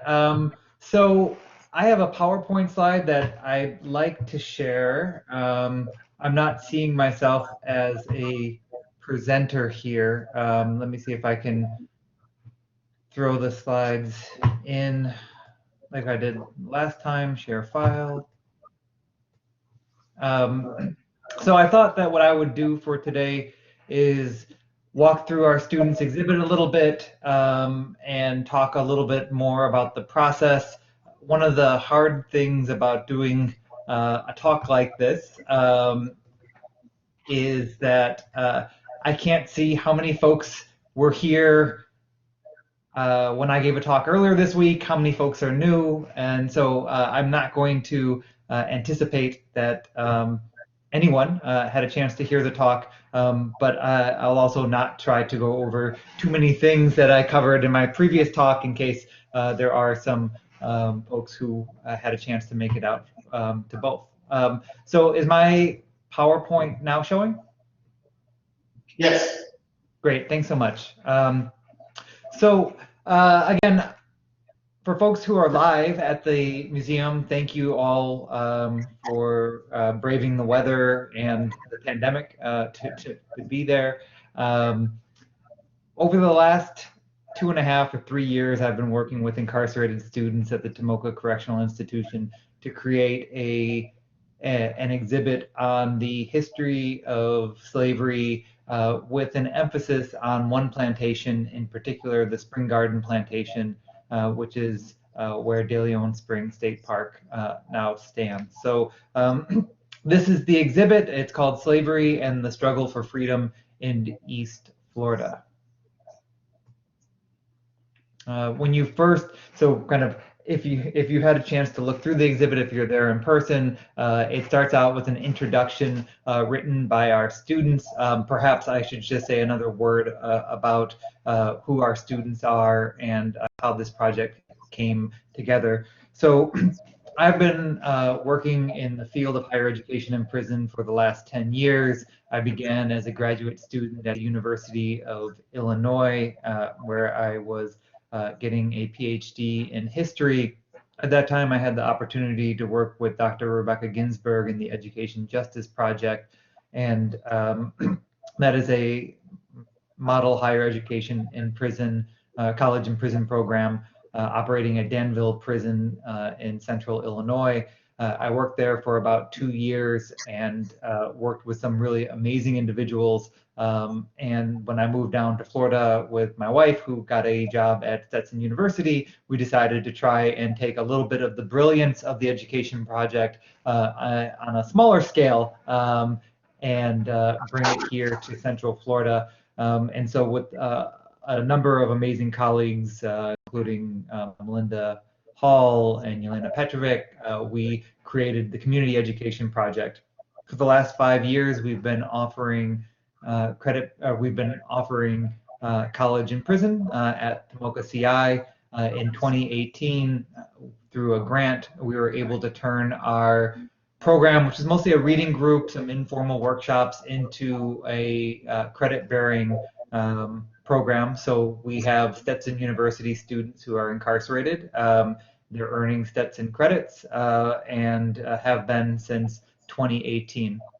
And about that same year, we got interested, me and a couple of students, in thinking about public history and specifically public histories of slavery in East Florida. I was pretty shocked. One of the first times that I went out to De Leon Springs State Park and was reading through the exhibits that were on the wall. I don't believe they're any longer there, but they're in the wall on the wall at the state park in the Welcome Center. I think this exhibit was made possible through a Florida Humanities Council grant in the early 2000s. And reading through the two, just to take a step back, it was an incredibly busy exhibit, and there was about equal amount of time given to the histories of slavery as there were to water skiing elephants in the 1950s. And so it never struck me as an exhibit that reckoned with the violence of slavery in a way that was meaningful, nor the histories of violence and genocide against indigenous persons in this area. And so I brought information to our students about public history. I teach I'm a 20th century historian by training. My dissertation studies border policing during the Cold War, so this is kind of far afield from me. But it seemed so important that I brought it to students, and I do teach on slavery in my history courses. And essentially our students ask, well, what can we do about it? It's one thing to complain about the way that the exhibit portrays, or I guess now portrayed, slavery, but what can we do to change that? And so afterwards, we spent the next two and a half years studying the history of slavery at the Spring Garden Plantation and a little bit more broadly in East Florida. And the end result, or one of the end results, is this exhibit that you all have in front of you at the museum, which is the first time that we've had a chance to share it. And I'm grateful to the folks at the Enterprise Museum for hosting us and having it on display. Our students have been, we're very glad to know that their work is making it outside, making an impact outside. So the exhibit itself is an 8 by 10 foot wall, double-sided, and it consists of a series of panels. The first panel that we're looking at here talks broadly about the plantation. And so they began that following the Civil War, East Florida, former slave plantations were repurposed. In just 8 years after Union General William Bartram's surprise attack in 1864, the plantation found new life as Spring Garden House, a winter resort for wealthy Northerners. It was renamed De Leon Springs Inn in 1925. A site of forced labor, sexual and family violence, and struggle for freedom by enslaved and indigenous peoples was transformed to a site of leisure and enjoyment for white guests. And so this is really the crux of kind of the question prompting part of the research, is how do these histories of violence, kind of the worst imaginable violence, get transformed into sites of leisure? And so I think it was really this question that really propelled a lot of the research. So how do you go from a plantation to what is essentially a Jim Crow tourist destination to then eventually a state park? And so as a historian, I think I mentioned this in my talk, I find it sometimes a bit unsettling to be at the De Leon Springs State Park, in part because it's this weird mixture of emotions, right? You see young people and families out enjoying their time and their day, barbecuing or out swimming. You're walking through this site and you hear the loudspeaker of the pancake house calling out people's name to come and eat. And if you studied the history there, it's a strange feeling. Not necessarily wrong, but without the proper contextualization through historical work, it seems that at a minimum, folks who are out there enjoying their day aren't getting the full picture or what they could potentially be learning about that site. And this is a story that's also kind of wrapped up in Stetson as well. And so the next part of this, the exhibit, it just shows when Stetson was an all-white university, young people out picnicking at the right by the spring there at the plantation. And so that's kind of that's a little bit of the background and what's propelling the work. And I'll just read this last part. We call ourselves the Public History Research Collective because this is really our students' work and the student researchers' work. They know this project better than I do. I was responsible for helping collect information, working with historians across the country who were kind enough to send us their books, often with letters to the students encouraging them to their research. And so folks around the country know about this project, have supported it, and that's kind of how I see my role. I worked with the researchers to get them materials, to find folks who would help with the editing of the exhibit, etc. And I took on more of a support role of the kind of to do this kind of work, right? The public-facing part of this work. It's unfortunate that our students couldn't be here to talk to you about the history and what they've uncovered, because this is their research. So they write, through this exhibit, incarcerated individuals enrolled in Stetson University's community education project seek to reclaim forgotten histories, deepen the teaching of local history, and make connections between the locally enslaved and their descendants. CEP's Public History Research Collective has been studying slavery and Indian removal in East Florida since 2018.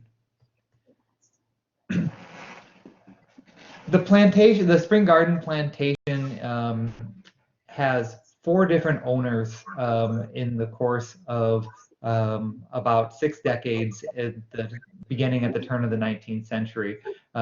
At times, it's sort of experimental, attempting to figure out what can grow in this area, what will be profitable.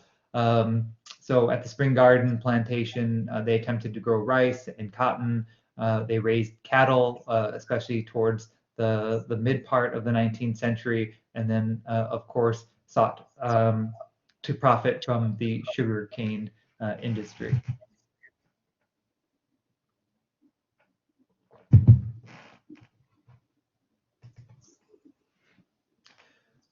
One of the things that I really appreciate about this research is how complex students have tried to tell the stories, and that they're not simplistic, and they're not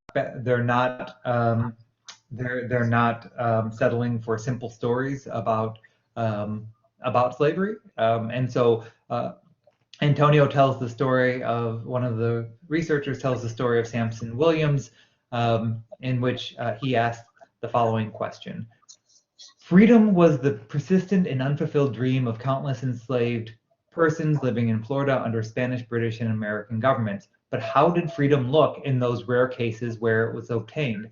And so this part of the panel talks about Sampson Williams, who was the child and the property of William Williams, the owner of the first Spring Garden Plantation. Sampson Williams moved to Spring Garden as a child in 1804 with his mother, Angelica, and his 2 sisters, Susanna and Eliza. Essentially what happens is that when William Williams dies, he does provide his children and his enslaved wife their freedom. And so Sampson Williams finds himself to be free. This is during the Spanish period. And then what the rest of this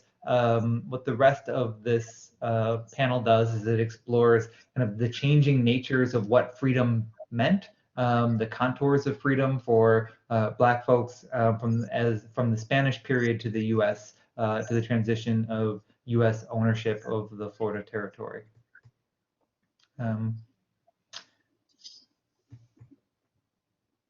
Another theme, this one explored by our student Roger Cassidy, was looking at how did enslaved persons make it to this remote area of what is now the De Leon Springs State Park.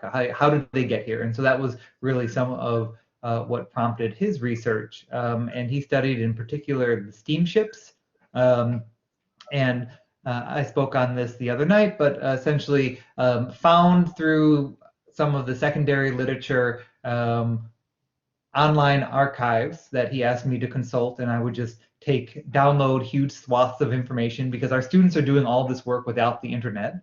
They're doing this work without being able to consult a card catalog. And so they're really dependent on 2 things. One is through close readings of secondary sources, and then kind of pointing me to those sources where we could find them, where we could bring them in so that they could consult the resources themselves. And then the second part is when they did find information that connected to the Spring Garden Plantation, to do as much with that with those documents as possible. And so throughout the exhibit, what you'll see are the primary documents that they've encountered, and then the transcriptions that they've made of them, or the replications of those primary documents. And here, this is, I believe, a ship manifest of Thomas Stark, and a number of human beings, men, women, and children who were taken from South Carolina from steamships down to Georgia, and then finally stopped in northern Florida, and then would come down the St. Johns River to to the Spring Garden Plantation. And so this panel talks about those human beings, and it is asking us to not only think about the dehumanization process of being marked down as by skin color, height, name as kind of property, but also kind of asking some questions that I don't know that other folks have thought of who have done the public history in this area, like, such as, you know, how did the enslaved persons get here? What was their travel like? What would it mean to move from a South Carolina plantation to a remote plantation like the Spring Garden Plantation? And so those are some of the questions that were informing the forced migration panel. And then here is a look at the Darlington, which was a steamer owned by Jacob Brock, I believe, who is well known in the Enterprise area, in the Brock House. And then you can see on the left the map of the movement of enslaved persons from South Carolina down to Florida. So I'm just kind of going through the panels as if I were there in person and could kind of explain them, and I don't want to spend a lot of time doing too much of this. I do want to have plenty of time for questions that folks might have about this project. But one of the major takeaways, if you take one thing away from this project, I would hope it would be this really impactful part of the exhibit that says the following: that the exhibit honors the men, women, and children recorded as being enslaved at the Spring Garden Plantation. You are not forgotten. This is a specific response to the exhibit that was up at the De Leon Springs that referred to enslaved persons as being long forgotten, their names being long forgotten, and our students have recovered, with the help of others and other secondary sources and the primary research that they've done, some 230 names. And I think that this is so striking to me because as you walk into that room, the first thing that you see where the exhibit is being held is a list of people, human beings, who were held in bondage. Many of whom would have lived, labored, and died at what is now the Spring Garden Plantation. And so they're not long forgotten. They had more than names. They had stories and lives, dreams of freedom that some actually were able to live out. Others weren't, but they existed and their lives mattered, and they continue to matter into the present. And the erasures of them was something that needed to be addressed, and I'm just really proud that from essentially a maximum security prison that our students have been able to begin to bring the names back into the public sphere. You'll note that the names of the enslavers, the plantation owners, etc., don't figure prominently throughout the exhibit. That was done on purpose. So much of the history here focuses, that is known, the public history focuses on, again, William Williams, Joseph Woodruff, Orlando Reese, or Thomas Stark, the enslavers, because they wrote materials, right? They drafted their own documents. They created probate records, wills and testaments about all of their property, in which some of the names of these people were recovered. They created documents written, and so we know more about them. They had power at the time. They were literate, and so it's easiest to find those stories and then just recreate them. It's a lot harder to read against the grain of these documents and try and tell the stories as best we can from a different vantage point. And that's what this exhibit is trying to do. Now to the back side of the panel, I'm not going to go through this entire panel or talk fully about the Second Seminole War, as it is just really a complicated history, one that takes the Seminoles, the Black Seminoles, and recently self-emancipated Black folks during the Second Seminole War, who burnt down so many of the plantations in this area. One of the really striking things about trying to study the history of slavery in this area is that because so many of the plantations were burnt down during the Second Seminole War and they weren't rebuilt prior to the Civil War, that I just don't think that people understand who live in this area, who live in Volusia County, that we're surrounded by former plantations. I get into disagreements with my colleagues who try to insist that Florida isn't part of the Deep South somehow. To me, I get a bit incredulous when I hear these things, especially given the fact that we are quite literally surrounded by plantations. And one of the few reasons that maybe we don't think of it that way is because there was this successful uprising of, again, Seminoles, Black Seminoles, and self-emancipated individuals who fought back and participated in what some consider, depending on how you read the sources and how you understand it, as the what can be considered the largest slave uprising in American history. Of course, it wasn't only that, because of the critical Seminole component and Black Seminole component, but just 7 miles from where Stetson University sits, enslaved persons burnt down that plantation during the Second Seminole War. And this isn't kind of part, that resistance to the horrors of slavery isn't part of our larger consciousness of folks who live in this area, I think is a problem. And again, I'm glad that folks are going to have a chance to begin considering things that maybe otherwise they wouldn't have. Finally, or just about finally, we have another panel that is looking at forced separation. So again, this is a bit more thematic, and it's looking at all the different ways in which enslaved persons could be separated from their family members. This is an effort, I think, by our students to get us to not just shudder when we hear slavery and say that was bad, but to think specifically about what the lives of enslaved people look like and how at any time they could, if they were living with family members, they could be separated from them.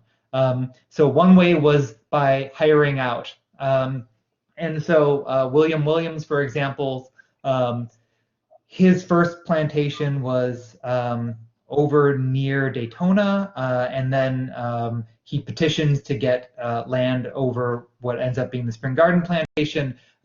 When he was over by the Daytona area, he would rent out or hire out his laborers for a year at a time. So this is one way that a father could be separated from his children. He would be forced to move to a nearby plantation, but of course you're moving 10, 15 miles away. That looks a lot different in the turn of the 19th century than it would years later, right? It's not easy to transport. You wouldn't be able to move back and forth to see family members. So there's kind of these time-specific ways in which someone could be removed from their family. There's another way, and that's through inheritance.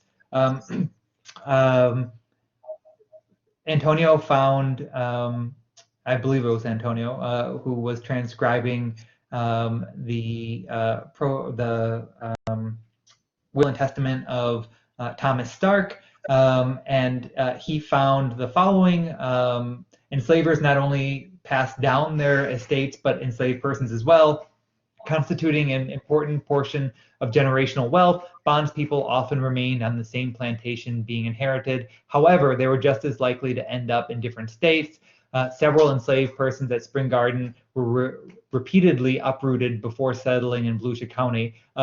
And then actually what I was thinking of, I believe is this last part, is under the estate administration. Another mechanism for family separation was estate administration. Debts against an estate were usually settled by the sale of enslaved persons. When Thomas Stark, Spring Garden's last owner, died, his brother John Stark settled some of his debt by selling 24 enslaved persons to Mississippi, right? So you have people who are enslaved in Florida, who had likely had come down from South Carolina, and then at the time in which their enslaver died to settle the administration, they were sold again into the deepest of the Deep South, into Mississippi, into what was then the very lucrative cotton trade, but also some of the harshest and most challenging places for an enslaved person to exist in the country at the time. And so there was no,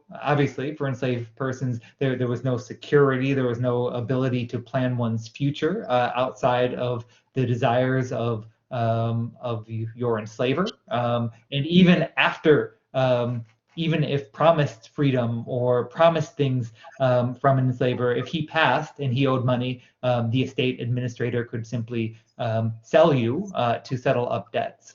And so that's kind of a thematic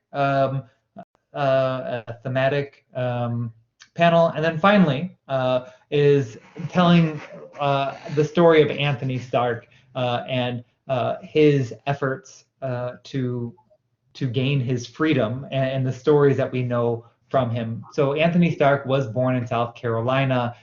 He was forcibly relocated in his early 20s. He would have come down on one of the steamships that Cassidy wrote about. And what's really intriguing about Anthony Stark, I mean, there's many things, but he leaves behind a last will and testament.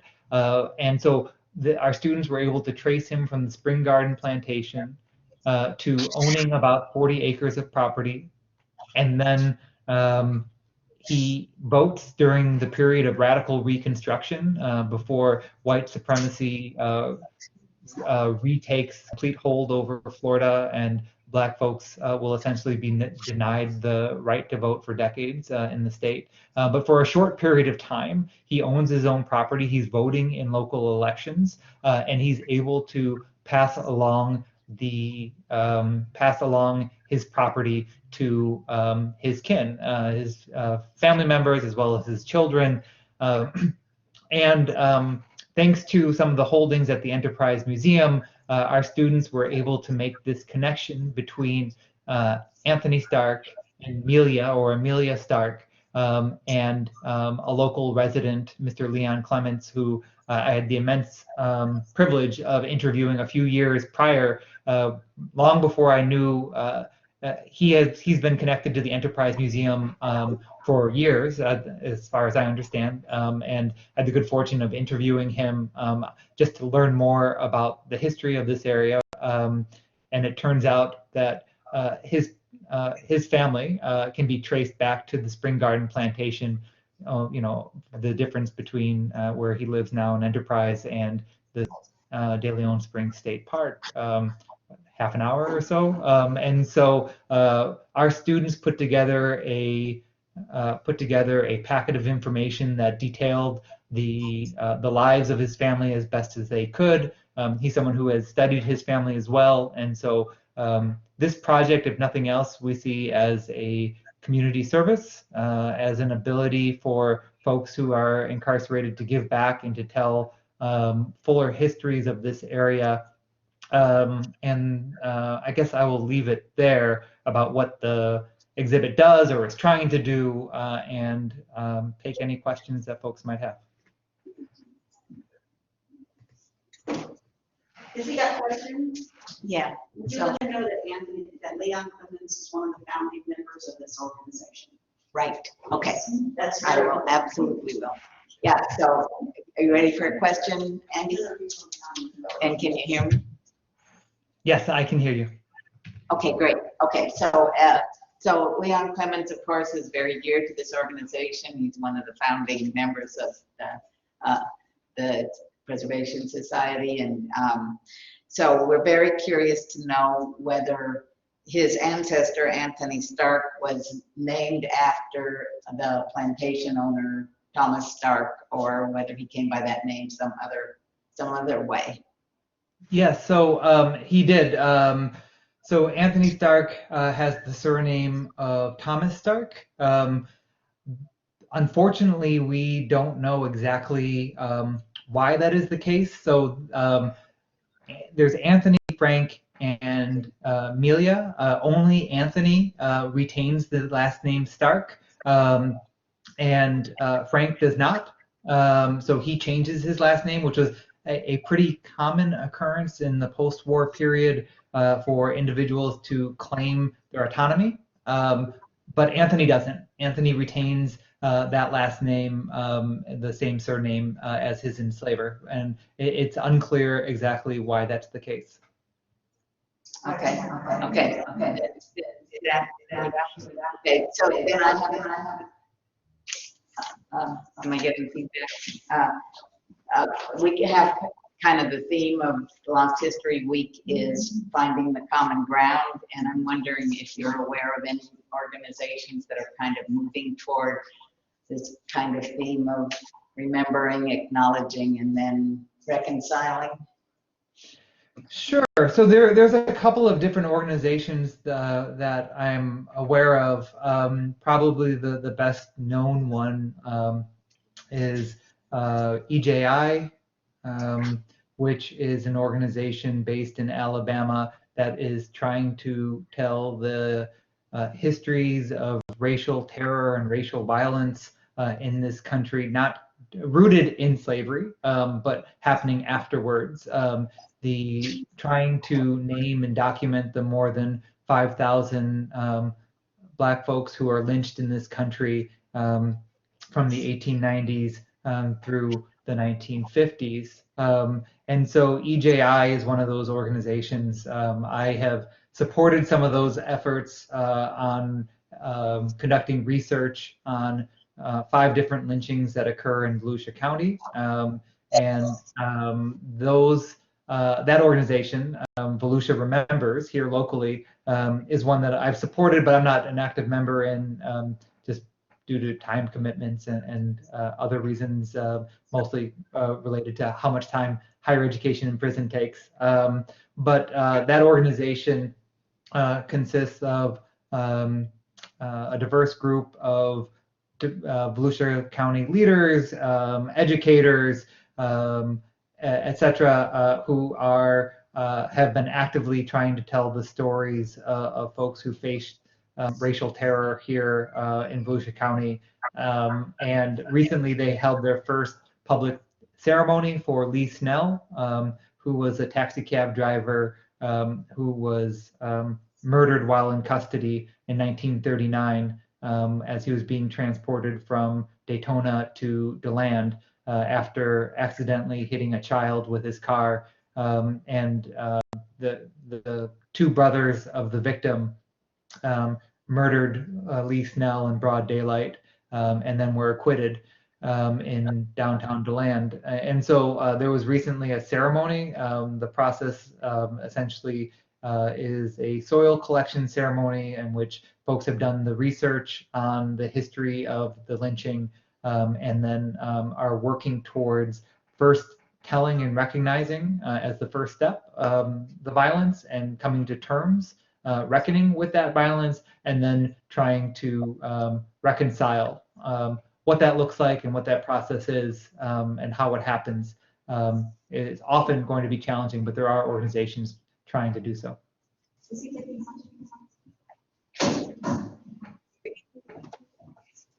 Hi, Anthony, Andy. Nice It's to been a see long you. vacation. Nice to see you. Quick question, is there an effort made to get some maybe historic markers through this area of West Volusia? Maybe where the African American church is on, from the Garfield community that now sits on Lakeshore Drive, or maybe perhaps an African American marker right where the Rosenwald School was on Doyle Road. Are there any efforts made? And if we make some efforts to try to get some historic markers in this area, can we get you to help maybe write a letter to the state or to the county to help get historic markers? I think that would be very significant in recognizing our African American history, is to tell people what we had here. Yeah, so I absolutely agree with you. I think historical markers can be really important and significant, not just for teaching folks the history of the area, but for folks who know it to be able to see it publicly and to be recognized that their histories are of equal importance of the histories that are currently recognized in some of the historical markers in DeLand and elsewhere. And so, one, yes, you can always count on me for a letter for historical markers that are trying to accurately tell the histories of African American, Indigenous folks who lived here. I think it's really important to always recognize that even in eras of extreme violence and terror perpetrated against persons of color, that people found ways. Some didn't, but some did survive. Many resisted in ways large and small, and that it is of a great political importance, I think, to recognize that those forms of resistance and those forms of living under these extreme circumstances. So yeah, I think that's really important. I'm really glad to say that the exhibit, the exhibit that's now at Enterprise Museum, we're going to have a chance, I believe, to show it at De Leon Springs State Park. So I'm really glad to know that folks who are visiting the park perhaps for the first time or who have been coming for years will be able to read a history that hadn't been available to them prior. And of course, always eager to know kind of how the history project is being received.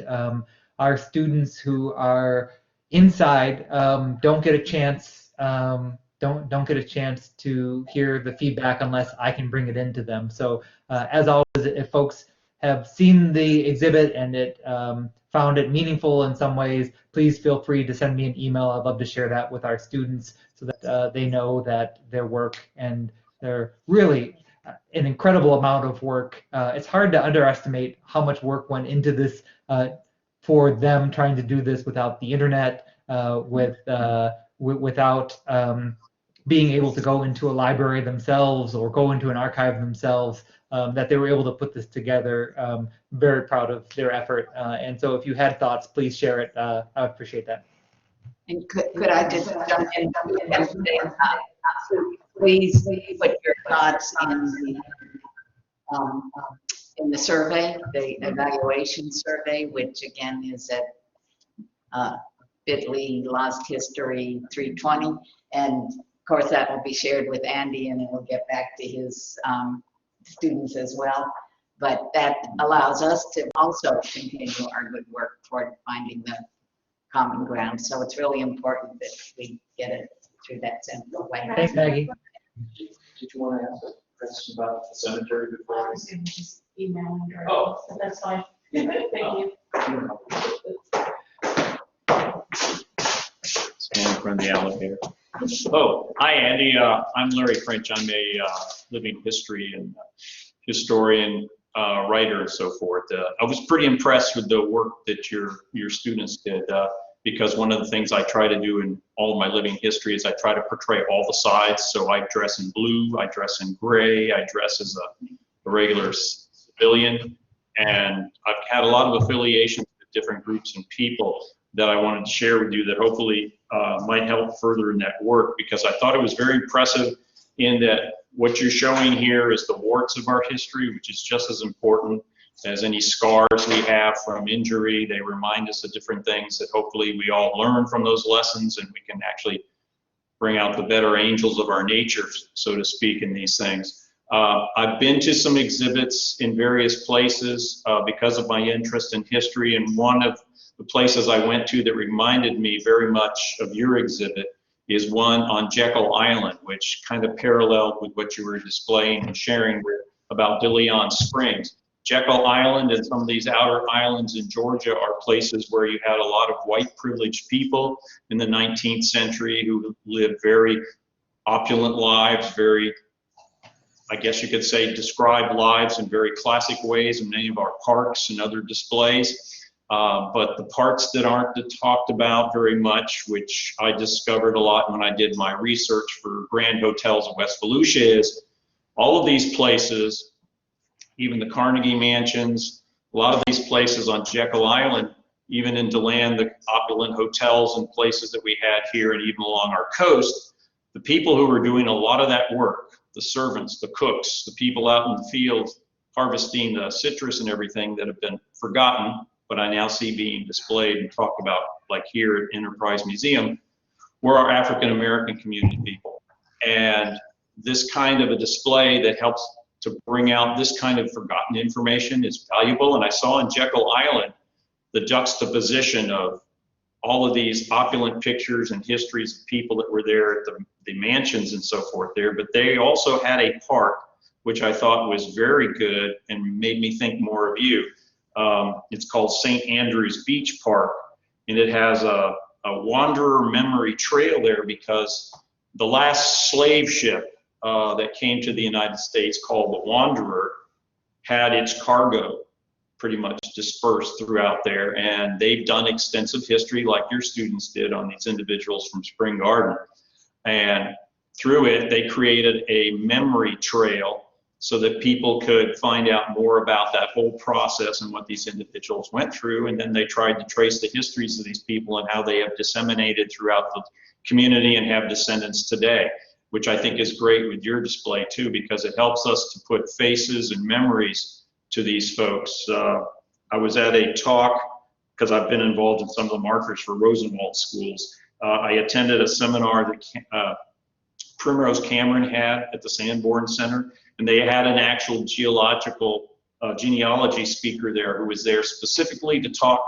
to people of African American heritage and background to help them find these connections for their families, to help draw conclusions to some of these things, like the gentleman whose name is Stark, to help folks find these kind of memories. So I'm encouraged, and I'm hoping that your work that you're doing here, as you're talking to the folks at De Leon Springs, can help bring out more of these displays so we have the complete picture, not just the skiing elephant, but we have more of the representation of what was the adjacent park there at De Leon Springs, where only people of African descent could go to, where everybody else, while everybody else was at De Leon Springs, or more of this information about what was the Black Beach at the coast and things like that. Those are the kind of warts that often nobody wants to think about them anymore, but they're important because they help us as we're planning ahead for the future for education, so that hopefully we don't have those kinds of divisions again that recreate some of those same mistakes. So I commend you and your students. I think it's great. I'm going to be sure to write some comments on there, and if you'd like to collaborate more with me later, I'd be glad to get with you. So thank you. Thanks, Larry. I have just a couple of thoughts to add, or maybe just responses off the top of my head to that.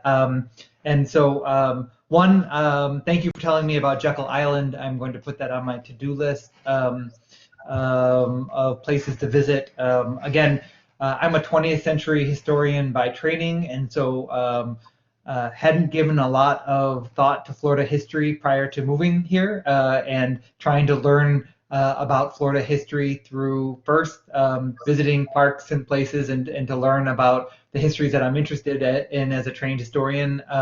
and finding them to be lacking. And so always welcome to find new places to travel to. I mentioned in the talk on Tuesday that in comparison, a place like Kingsley Plantation does, I think, just a far better job in trying to talk about the lives of enslaved persons than many of the plantations in this area. And so I know that they can and are done well in some places.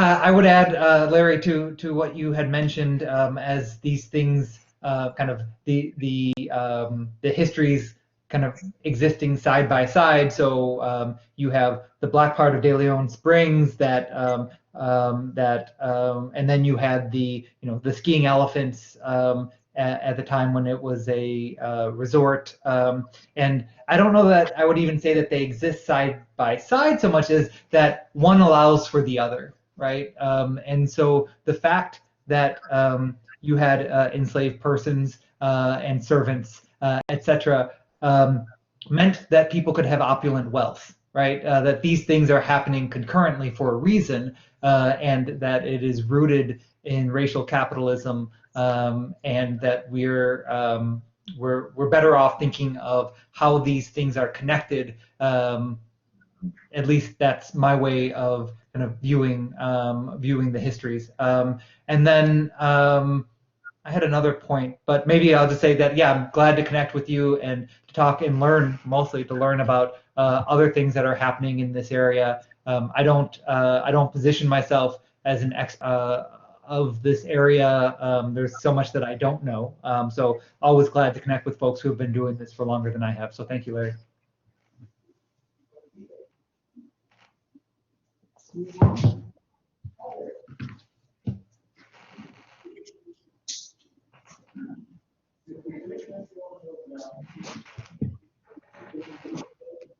I'll see if there's any questions in the chat area. I don't know if you've been taking a look at it. I know you all have been doing this for a long time today, so thank you all for the work that you've done. Okay, I don't think there's any exact questions in there, so unless anybody else has any more questions or you have any other things, I'd just like to say thank you very much, Andy, for your participation in this entire project. It was challenging both from a content point of view and from a technology point of view, so thank you very much for everything you've done for this. All right, and yeah, I'll just my final thank yous to everyone who came out today, who came out on Tuesday, and went to Tony's talk as well. It's a hard time to plan public events, as Maggie just mentioned, and appreciate all the work that folks have put into trying to spread and deepen our understanding of the place that we live. So thank you all, and drive home safely. All right, thank you. Bye-bye. No one else has anything, I'll disconnect now.